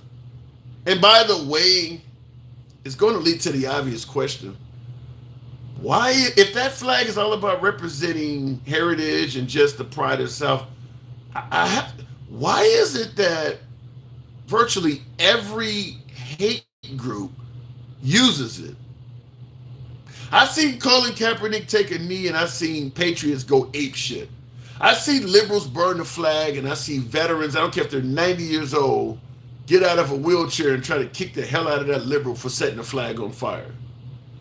I see the Klan wearing the Confederate flag, and the supporters of the Confederate flag say virtually nothing. You show up and fuck with one of those statues, they're all over the place. Charlottesville, talk about that. So it's pretty obvious they know how to protest. But if you sit there and rent time at the Capitol building, stand on the Capitol steps of a small town and preach nothing but hate with the Confederate flag on your shoulder, or you waving it, they don't show up and protest at all. Why is that? That doesn't make sense. You threaten to take down the statue, they come out in droves. They know they don't like that. But if you're protesting hate with the flag on, they don't seem to have a problem with it.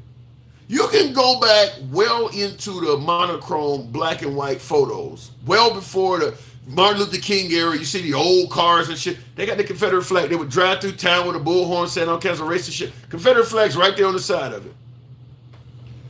Why don't they protest that? If they truly want to be proud of their heritage, why don't they seem to have a problem with that? It doesn't make sense to me. So I think that, the pride and heritage thing, I don't know, to me it doesn't make sense, because if you truly wanted to honor your heritage, you would have a major problem with folks using your flag in conjunction with hate. There's a lot of people out there holding a swastika and a Confederate flag at the same damn time. Remember Dylan Roof, who led to Nikki Haley taking the Confederate flag off the Capitol, who went into a black church and shot up like 9 people? There were more people pissed at Nikki Haley for taking the flag down than they were at Dylan Roof for wearing it when he shot 9 people. Doesn't make sense to me. Anyhow, looking in the comments, Damien, what it says, Damien, you probably had many beers with liberals and progressives. Because they are racist as fuck, Tim. They have a lineage of evil. Yikes. Anyhow, folks, I do apologize for TikTok doing its thing. We occasionally have this happen. I did file an appeal, so we'll see what happens. I hate that it happened so damn close to election day, though. I really do hate that. But we'll see what happens. But nevertheless, if it is a problem, the backup page that will be on tomorrow, the handsome liberal without the final L. So the handsome liberal, so on TikTok, for you folks that are from TikTok that are over here, the handsome liberal is how, but that's our backup page. We'll be on there tomorrow and hopefully through election day. So I just want to say I appreciate you folks that are tapping the screen. Tim, it shows that America hasn't changed. I don't buy that. America's changed significantly. If you are an African American friend, I'm not going to say racism doesn't exist in some form or another, but if you're an African American in 2024, nothing really is stopping you from obtaining an American dream. It used to be impossible to obtain the American dream. That doesn't mean racism doesn't exist, but it certainly means that things have changed in this country. If you want to just be an American making, a good income, maybe 6 figures, a middle class income, a white picket fence, a nice home, a car, you can do that. There's nothing stopping an African American from doing that. The problem is if you fall into any of the traps, the pitfalls, you're going to pay dearly, and maybe more so than a person that is not a person of color, like the criminal justice system, for instance. As long as you live your life on the up and up, you don't commit any crimes, you can live the American dream. But if you, for some reason, get tripped up by the American justice system, let's say you go out and commit a crime, you're going to pay a premium. You're going to pay more than maybe a person that is not a person of color. The system is harder on black people. That's what I'm saying. There's still racism in places, racism out there, but unlike in years past, it is avoidable. It is avoidable to some degree. Not in every case, but in most cases it's avoidable.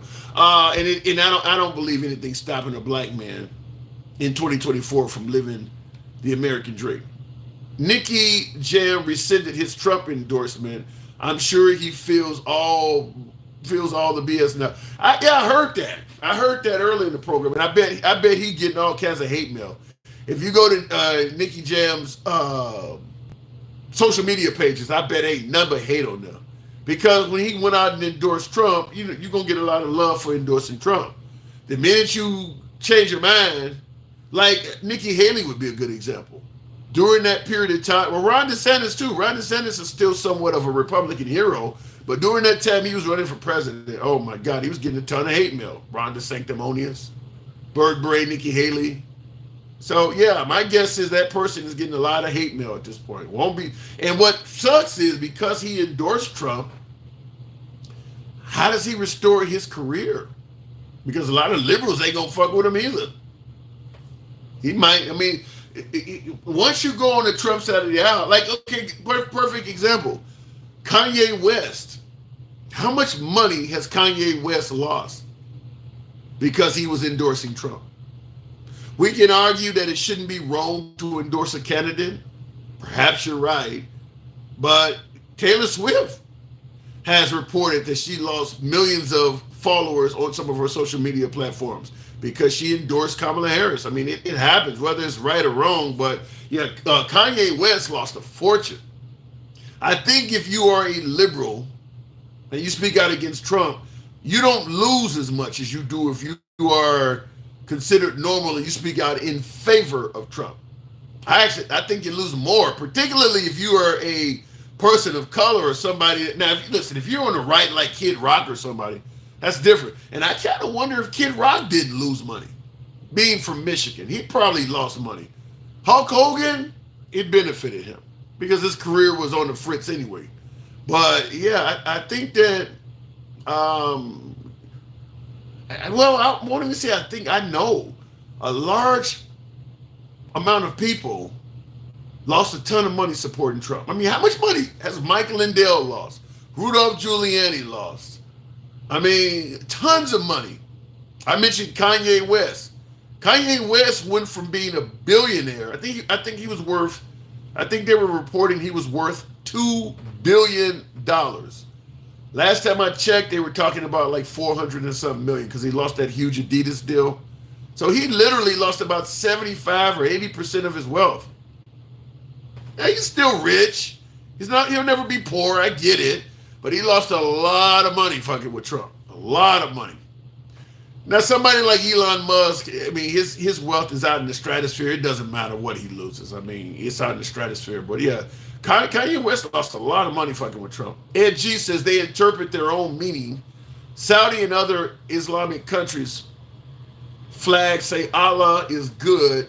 Muhammad is his messenger. Many subgroups say that religion is like that, Ed G. I'm not going to disagree with you. Religion is like that. Just like there's a whole bunch of Christian religions. Some think that Jesus is there. Others believe God was the only person. The Bible says, knock on doors and promote my name, or whatever the hell it says, promote my name. And that's where the Jehovah's Witnesses knock on doors. All of that stuff, it's the way religion is it's fairly vague. Thou shalt not kill, an eye for an eye. So which one is it? I mean, religion is very vague like that. It leaves a lot of room for misinterpretation. And if you're a good pastor and you know how to talk, there's a lot of room to exploit that for your own benefit. And they have a history of doing just that. Will G says only side that tried to Trump is the red side. The only side that tried to get rid of Trump, you think? Well, the assassin had voted for Trump before. Now, Trump is claiming that it was the Democrats and the liberals that tried to take him out. He suggested it was Biden's rhetoric that's behind it. I gotta say, I've said this before many times to a lot of my MAGA friends that I talk to outside of social media. Trump doesn't make a good victim, in my opinion, because a lot of things he say that people are doing wrongfully to him, he's done it to others. Remember the whole thing when they're trying to put me in jail, they're trying to lock me up. Then you start playing back all of the lock her up. Well, I didn't really mean I was going to lock her up. I was just, why joke about it?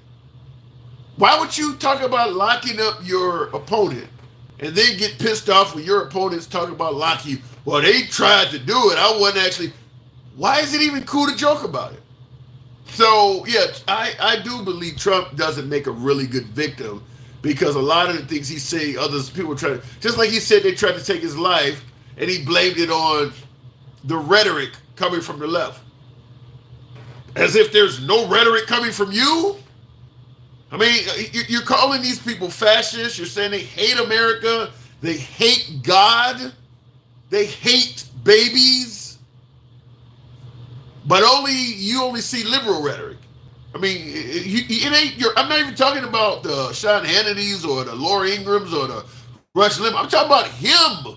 I'm talking about him specifically. Some of the things you are saying is equivalent to it's equivalent to the rhetoric you said it got you almost killed. You're doing it, but because somebody else did it and it almost worked against your life, now it's suddenly wrong.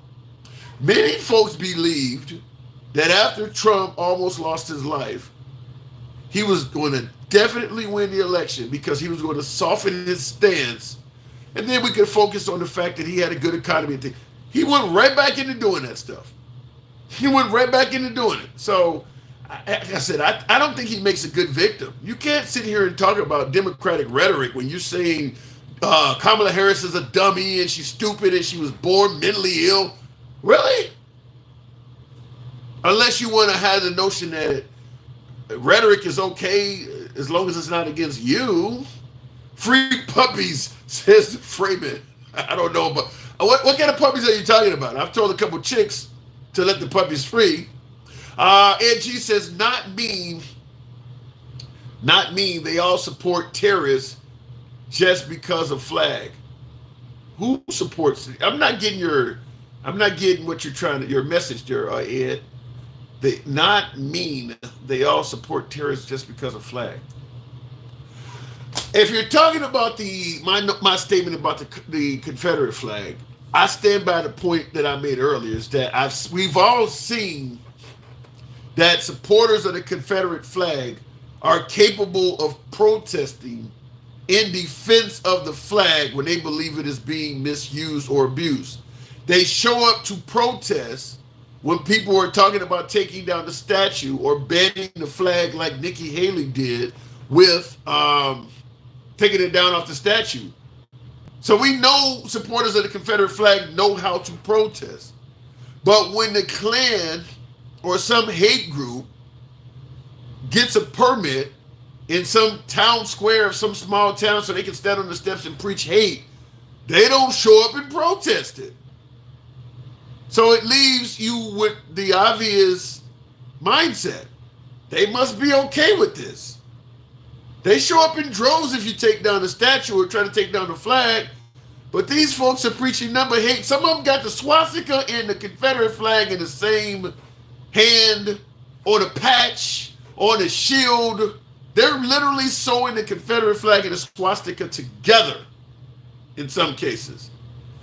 No Confederate supporters are showing up to protest this. What are you supposed to think? That shows that maybe you agree with that. And as I pointed out, I mentioned earlier, hate groups using the Confederate flag as their symbol, they've been doing that for about a century. It's as old as photography itself. I've been to, like, say, the Martin Luther King Museum down in Memphis, Tennessee. Civil Rights Museum, I think there's another one out there in Alabama. They got very old footage of cars you can clearly see with the Confederate flag on the side of it and hate. They've been using that symbol as a symbol of hate for a long time. Pride and heritage. Show up and defend your pride and your heritage. It would make more sense. They've been using that symbol as a symbol of hate for a long time. So it's hard for me to believe that there's not a large contingent of hateful people with the flag, because I just don't see any protesters. And I see that you know how to protest when an issue is dear to your heart. The left has been hating the American flag for years, says Mike Go.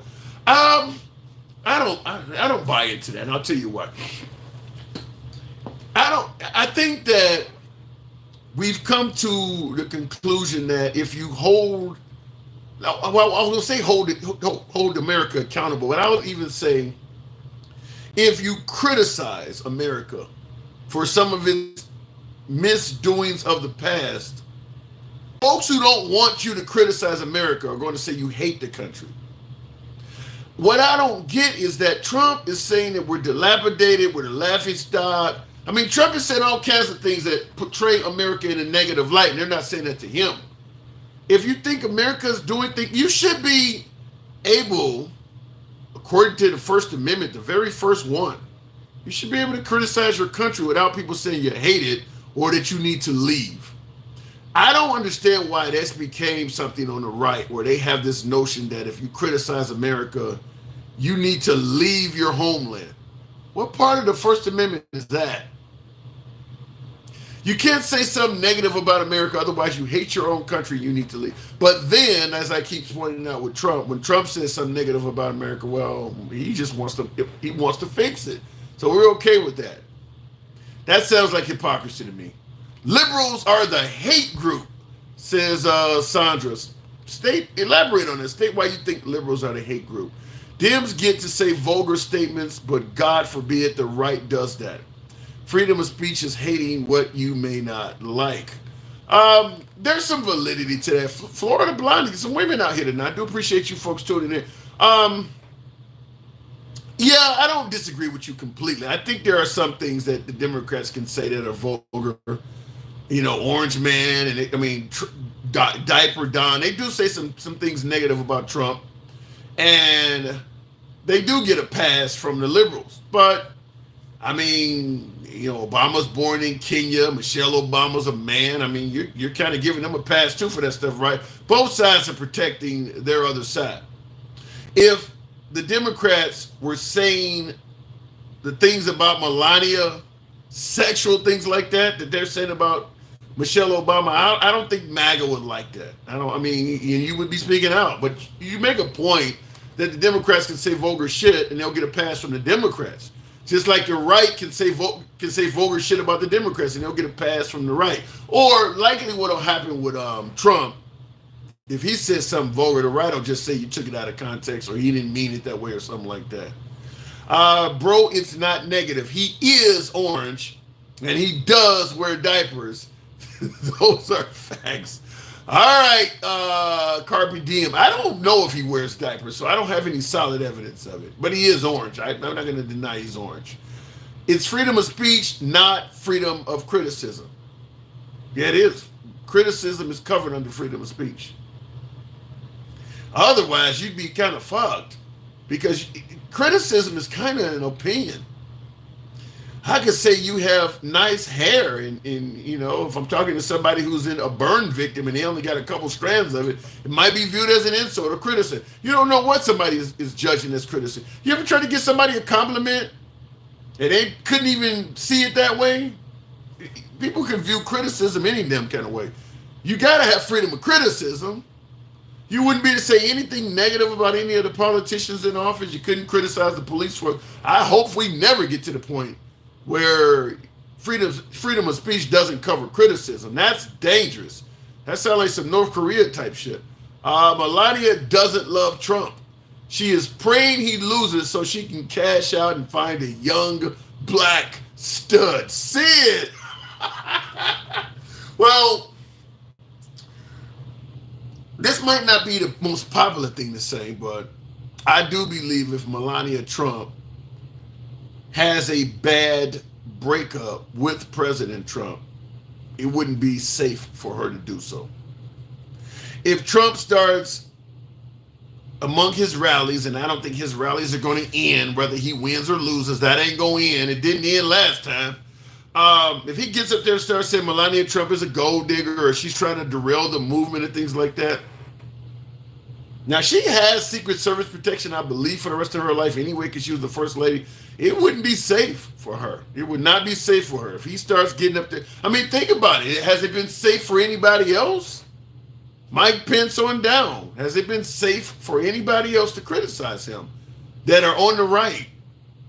So, yeah, if she separates from Trump, I think to some degree, she's probably going to have to take some of that on Trump's terms, because if he goes around saying negative shit. But fact is, Trump is 78 years of age. she can kind of ride this one out. I mean, at this point, she kind of like Anna Nicole Smith, late Anna Nicole Smith. You can kind of ride this one out. The money is yours. If you go out in good standing, you'll still be able to make money on the speaking circuit about how great it was and how great MAGA did for this country and things like that. The Republican Party will continue celebrating you for the rest of it. You go out on bad terms. I don't think Melania Trump's going to, even if you're correct, somebody says she doesn't love Trump, even if you're correct, I don't think she's going to separate from Trump because it's not in her best interest. Not in her best interest of her child, none of that. And financially, I don't think it's in her best interest either. But at the same time, you know, if you want to actually have a person you're with that you can actually love, she's going to have to probably suspend that for a while. Because, no, I don't believe she is head over heels for the guy either. I don't buy that. I mean, when he became president, she stayed in New York using the phrase, I think she said something like, well, we want to keep our child in school. What the fuck? You got access to the best schools in the world. Your man just became president. You gonna stay in New York as opposed to going to DC? President? Yeah, whatever. I just read and his kid was like 9 at the time or something like that. Yeah. No, that was bullshit. She was in no hurry to go to DC with Trump. I just read Jack Smith, and they had a much more luxurious accommodations in New York. The White House was actually a step down for Trump. So Kamala Harris was like, why the hell I want to go live in this small little ass house and be with you when I can chill here in New York with all this luxury, this luxurious shit. So I just read Jack Smith revealed Trump and his minions paid for everyone to come on January 6th. I don't buy that, Will. Too many people. Too many people. You believe that he might have funded buses and some travel, but I don't believe he put money in their pockets because some of the folks that were found guilty actually tried to use him as a defense, blaming it on him. Well, he told us to come here, and we did it for him, trying to use that to get a lighter sentence. If he was paying them, they would have brought that up. I think they would have said that. You can keep on repeating a lie about tampons in the public school toilets, but you're not getting any traction, says Nixer. I don't know who's repeating, but you do hear about tampon, Tim. I've heard it. I've been to Minneapolis several times. Mall of America in Bloomfield, wherever it's at down there, up there. I've been there many times, and I've been at comedy clubs. I went to see Cat Williams after he did the whole Club Shay Shay interview. He was in Minneapolis earlier this year. I went to see. I ain't seen any evidence of tampons in boy bathrooms. And I've been into the men's, I went to eat while I was there, went to sports bars. And I haven't seen any evidence of this stuff. Maybe it happened in a few bathrooms here or there, but that's not something that is rampant in the state of Minnesota. That's not happening like that. Jimmy Carter deserves his second term. Jimmy Carter, have you seen the videos of Jimmy Carter recently? Jimmy Carter don't know who Jimmy Carter is. He can't even close his mouth. His core muscles are gone. I mean, he's pretty much out. They took him out and he took him outside, and I'm like, why don't you even let people see this dude? I mean, he's just like laid back with his mouth wide open.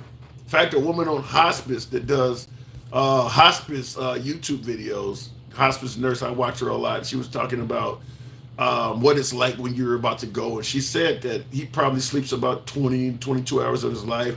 She described it as, when you're right before death, all your muscles loosen up. And that's why they had him leaning back, because if you sit him straight up, he'll probably slump over because he has no core muscles.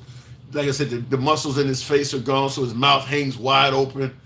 Jimmy Carter, look, shout out to the guy for living so damn long, but he's beyond sunset. It's like street lights are on at this point. It's kind of maybe he ain't maybe a year, if that. I doubt it, but yeah, it's over for that. Bernie Sanders 2032. Shit, how long you think Bernie Sanders is going to live? Shit, 2032.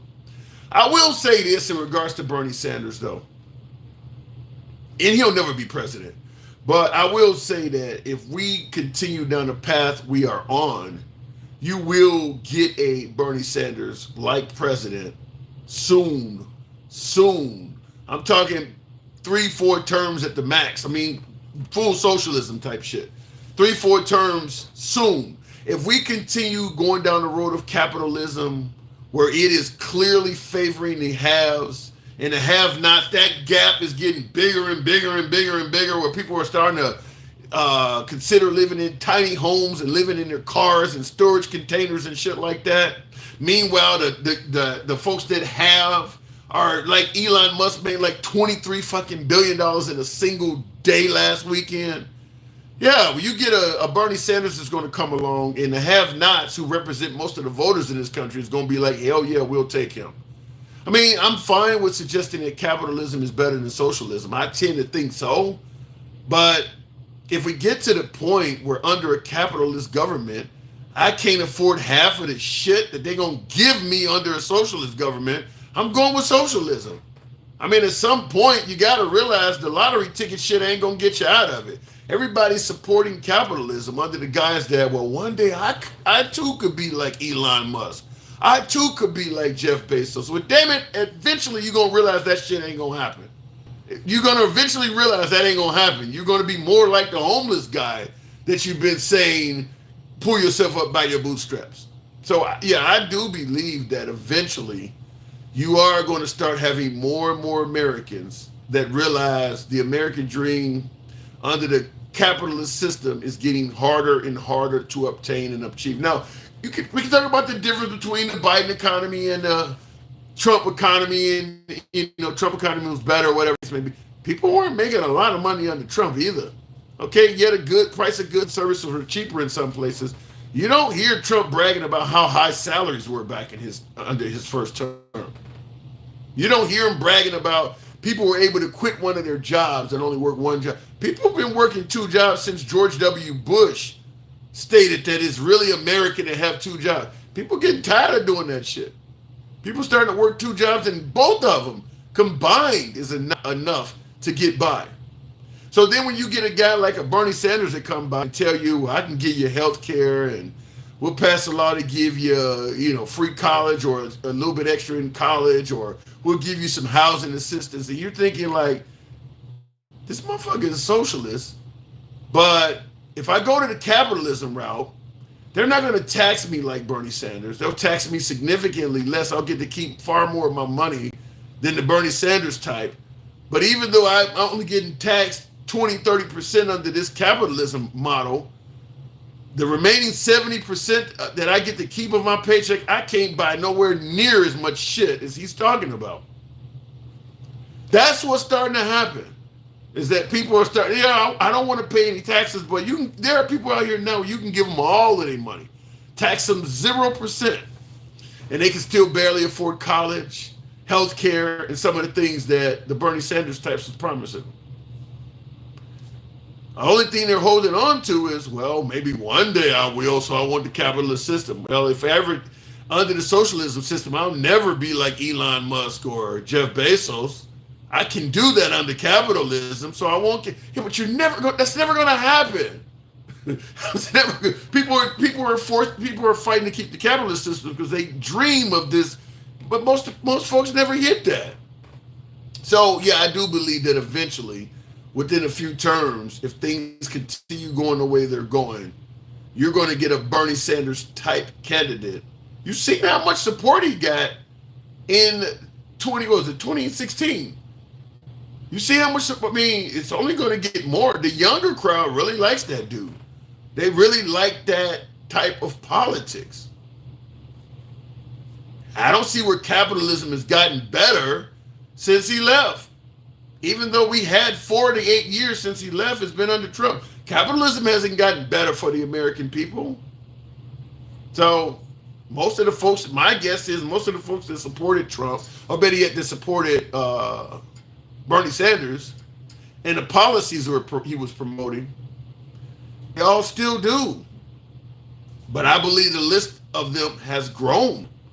I believe there's probably more people that would support a Bernie Sanders candidate now than it were then. In fact, I tend to think if you had Bernie Sanders at the age he was old hell even in 2016.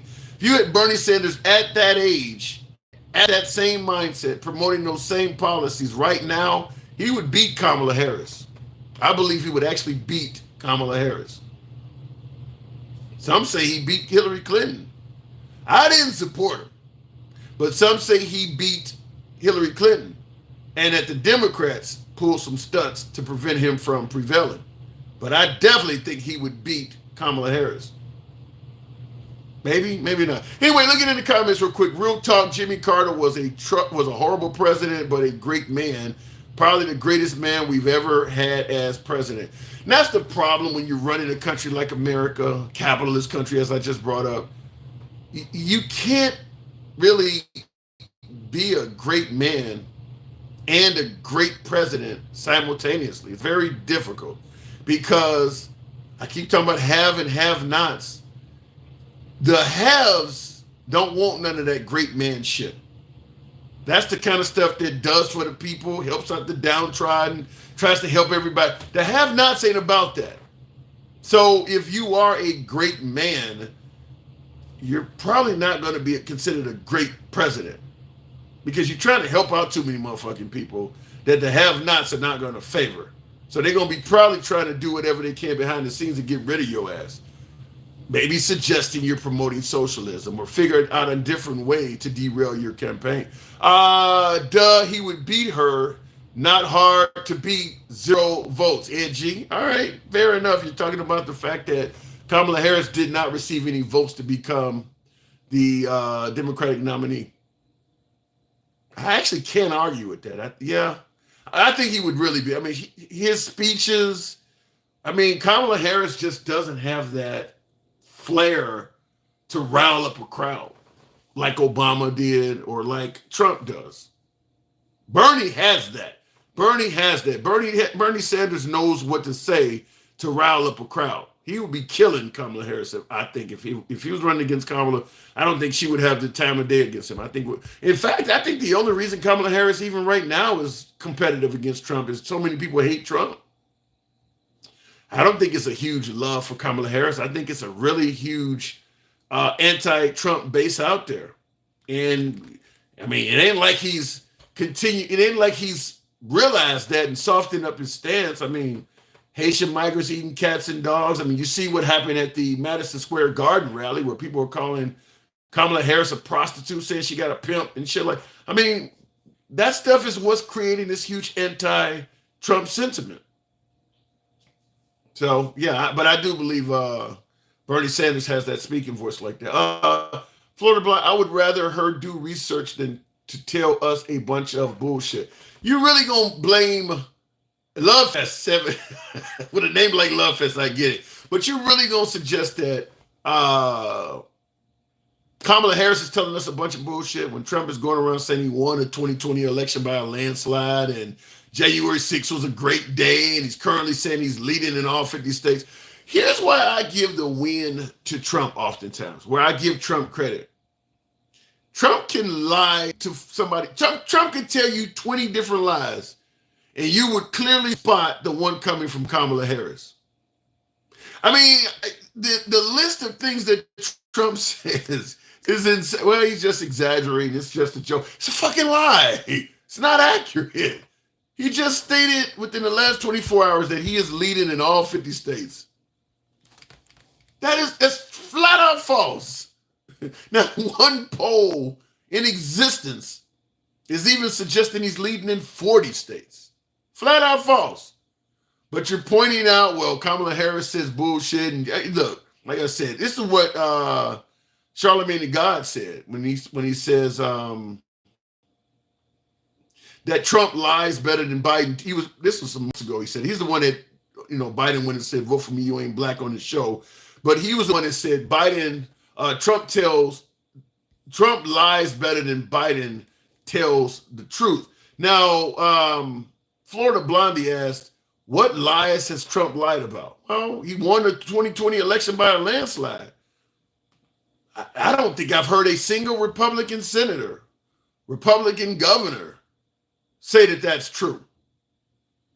I'm not even talking about the liberals, the overwhelming majority of Republicans in Washington. Even the ones that would have won a second term on his administration say he lied about that. That's a lie he's telling. I mean, like I said, he just stated, man, there's just so many of them. Here's another one for you. I mean, I could literally sit here probably for another hour queuing up stuff that Trump said that's not true. But lying Kamala Harris, honestly, I believe she was born that way. He don't fucking know that. He don't know what. I mean, he don't know nothing about how she was born. That's a lie. Barack Obama was born in Kenya. I mean, are you serious? You haven't heard any lie from Trump. It's insane how many things that guy said. That's a lie. Look at the comments. What has he said this line? Jesus, man. Look, you can like Trump. You can favor the economy, favor the fact that there were no wars in the direction he leads in this country in. You can do that while admitting, yeah, he lies about some stuff. You don't have to portray him as being, a prayer book of truths. You can say, yeah, at the end of the day, Democrats tell some lies. Kamala Harris said that Capitol Police got killed on January 6th. That was a lie. She said that during the debate. That's not true. Even the Capitol Police officer that died the next day or a few days later, on his obituary, or what not his obituary, but the doctors, the coroner stated that his death had nothing to do with any injuries sustained on January 6th. She stated that several cops died on January 6th. That's a lie. But you can support a candidate without saying something as wild as he don't lie. That's crazy. Tim is in meltdown like the Harris campaign. Draco, shout out to you. I'm in meltdown, huh? I'm pissed off with TikTok tonight. So partially, I should be taking guests. I should be talking to you, particularly my beloved Maga. We should be engaged in the conversation. So I'm upset about that. Yes. Real quick in the comments. Trump is our best chance for this country, period. Harris will sell us out and destroy our country. I can't speak on who will sell us out or not. I get that you believe that, but what does it say? But I will say that watching Trump state to us how bad electric cars are and make all kinds of fun about them, that they don't have range and they break down and they catch fires and shit. Then Elon Musk joins the campaign trail and his talk about electric cars completely disappears. Trump can be bought too. This is just like when Trump says something that's not true and MAGA don't want to acknowledge he tells lies. Elon Musk essentially bought Trump. Elon Musk has essentially did what it takes behind the scenes to get Trump. Because he ain't saying shit about electric cars no more. I can identify as a girl. He can't identify as a winner. All right, edgy. I like that. So you're saying that Trump is a trans winner? He's a biologically born loser that identifies as a winner? Is that what you're trying to say? That Trump is a trans winner? Biologically born loser, he identifies as a winner. All right, I like that. I may use that in the future. I think you gave me some ammunition that you probably didn't want to. Picked up a couple shells you left behind. These some live rounds. I'm going to shoot this one back at you. I have always thought Harris is biracial, mainly black. MAGA are so easily led. Kamala Harris would be black in any scenario that was negative. If she robbed a bank and was running from the police, they would radio in that they are in pursuit of a black male.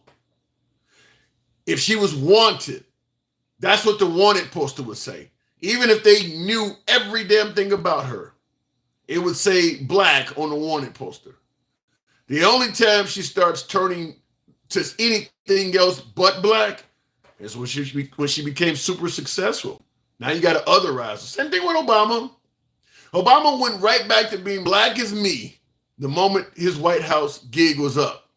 But for that short period of his life, for 8 years, he almost became a white dude. Now he's black again. He's cute. I like it. I want to be white kid if that's the case. Let me go run for president. Suddenly I become, I don't have any. I do. I think I did the ancestry.com. They came up with a whole bunch of shit on me. I think they had like 1% French or something like that. So if I run for president, I suddenly become a Francois. Francois, the handsome liberal. All right, call me Pierre or some shit like that. Anything but a black man. No, we can't have a black man winning. It can't be a black man. He French. That's his French ancestry. He got good genes. He got him from, hanging over with Francois Marquis or somebody. He's not a black man. He's French. That's what I get it. They think you guys are stupid, says Yelena. There's some of that. She started shucking and jiving, and blacks fell for it. Mojo, Bass, and Bourbon. Sounds like a restaurant. In regards to Kamala Harris shucking and jiving, she went to an HBCU. She's been shucking and jiving her whole damn adult life. I don't think she's really been identifying as Indian much, if you really ask me, and Jamaican. I bet there's far more of the history of Kamala Harris where she looks black than she does Indian or Jamaican. So, and by the way, you said she started shucking and jiving. It normally don't benefit you to pretend like you're black. That's the race you don't want to fuck with. Pretend like you're white. If you mixed, it usually makes sense to pick the other one. So why would she pick the black one? You don't want to be the black guy or the black girl.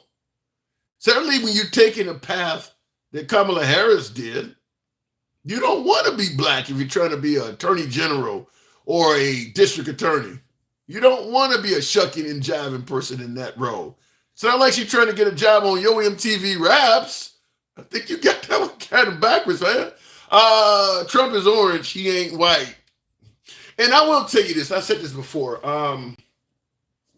Melania Trump and Trump, their son Barron, I think his name is called. The kid, well, he ain't a kid now. He's about 19, 20 or something like that. Anyway, Barron Trump, obviously Melania was not born in America. She was born in Slovenia. Trump, on the other hand, I guess we could call him part German since his dad was German, right? So what the hell is Barron?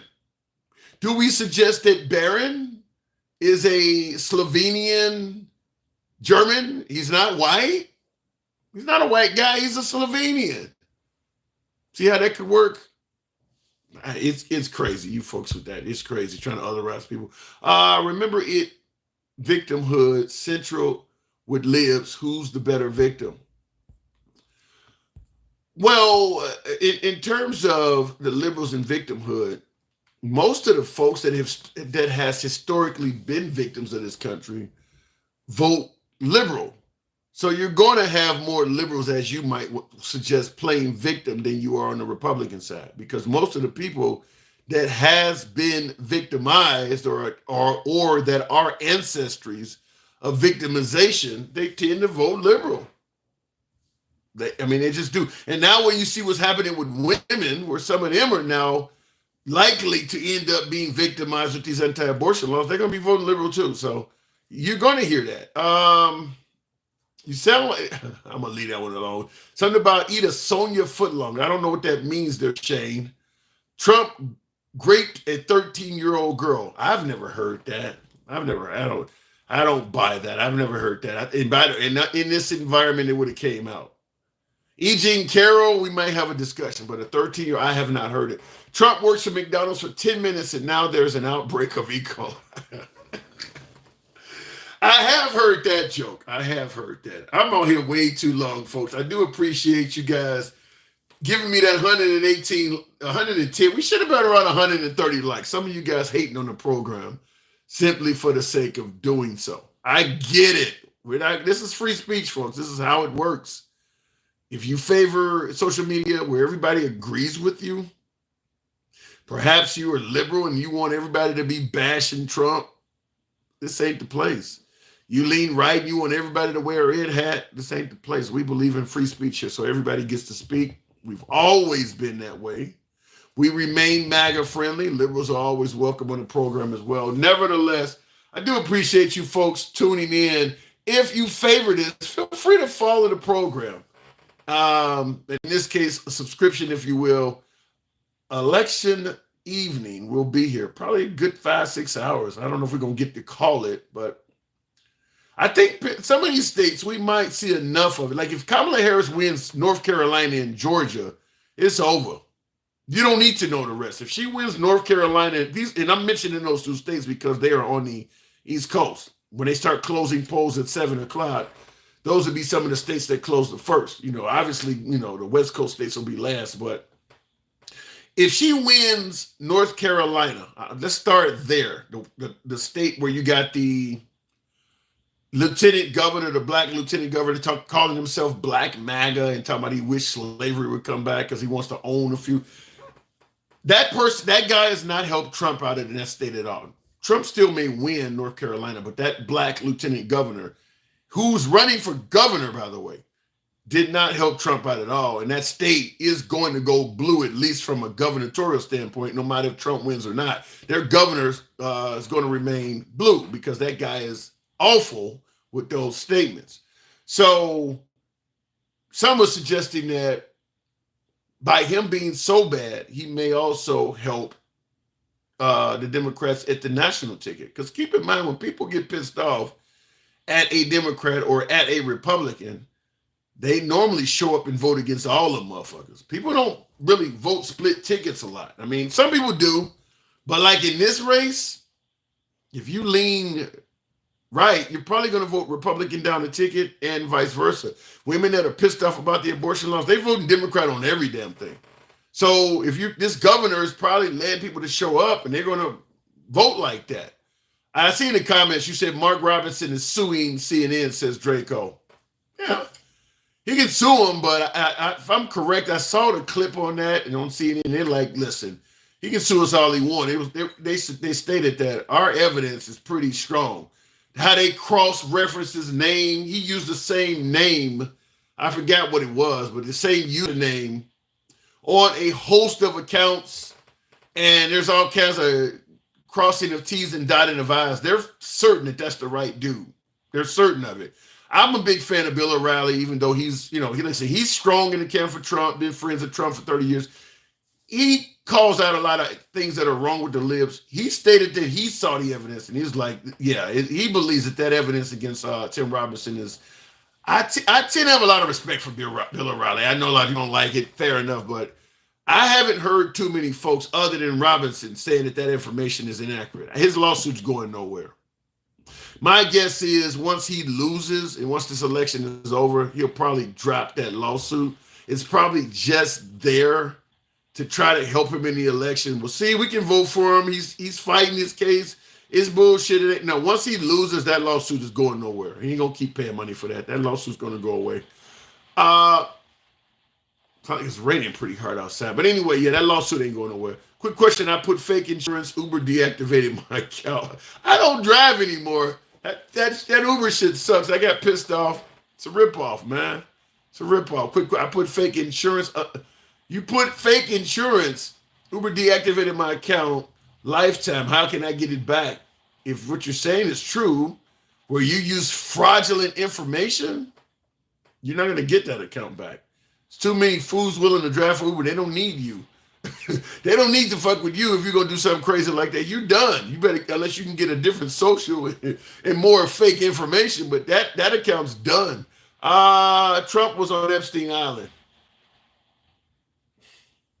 Possible. I don't know. I'm not going to go into that. Anyhow, appreciate it.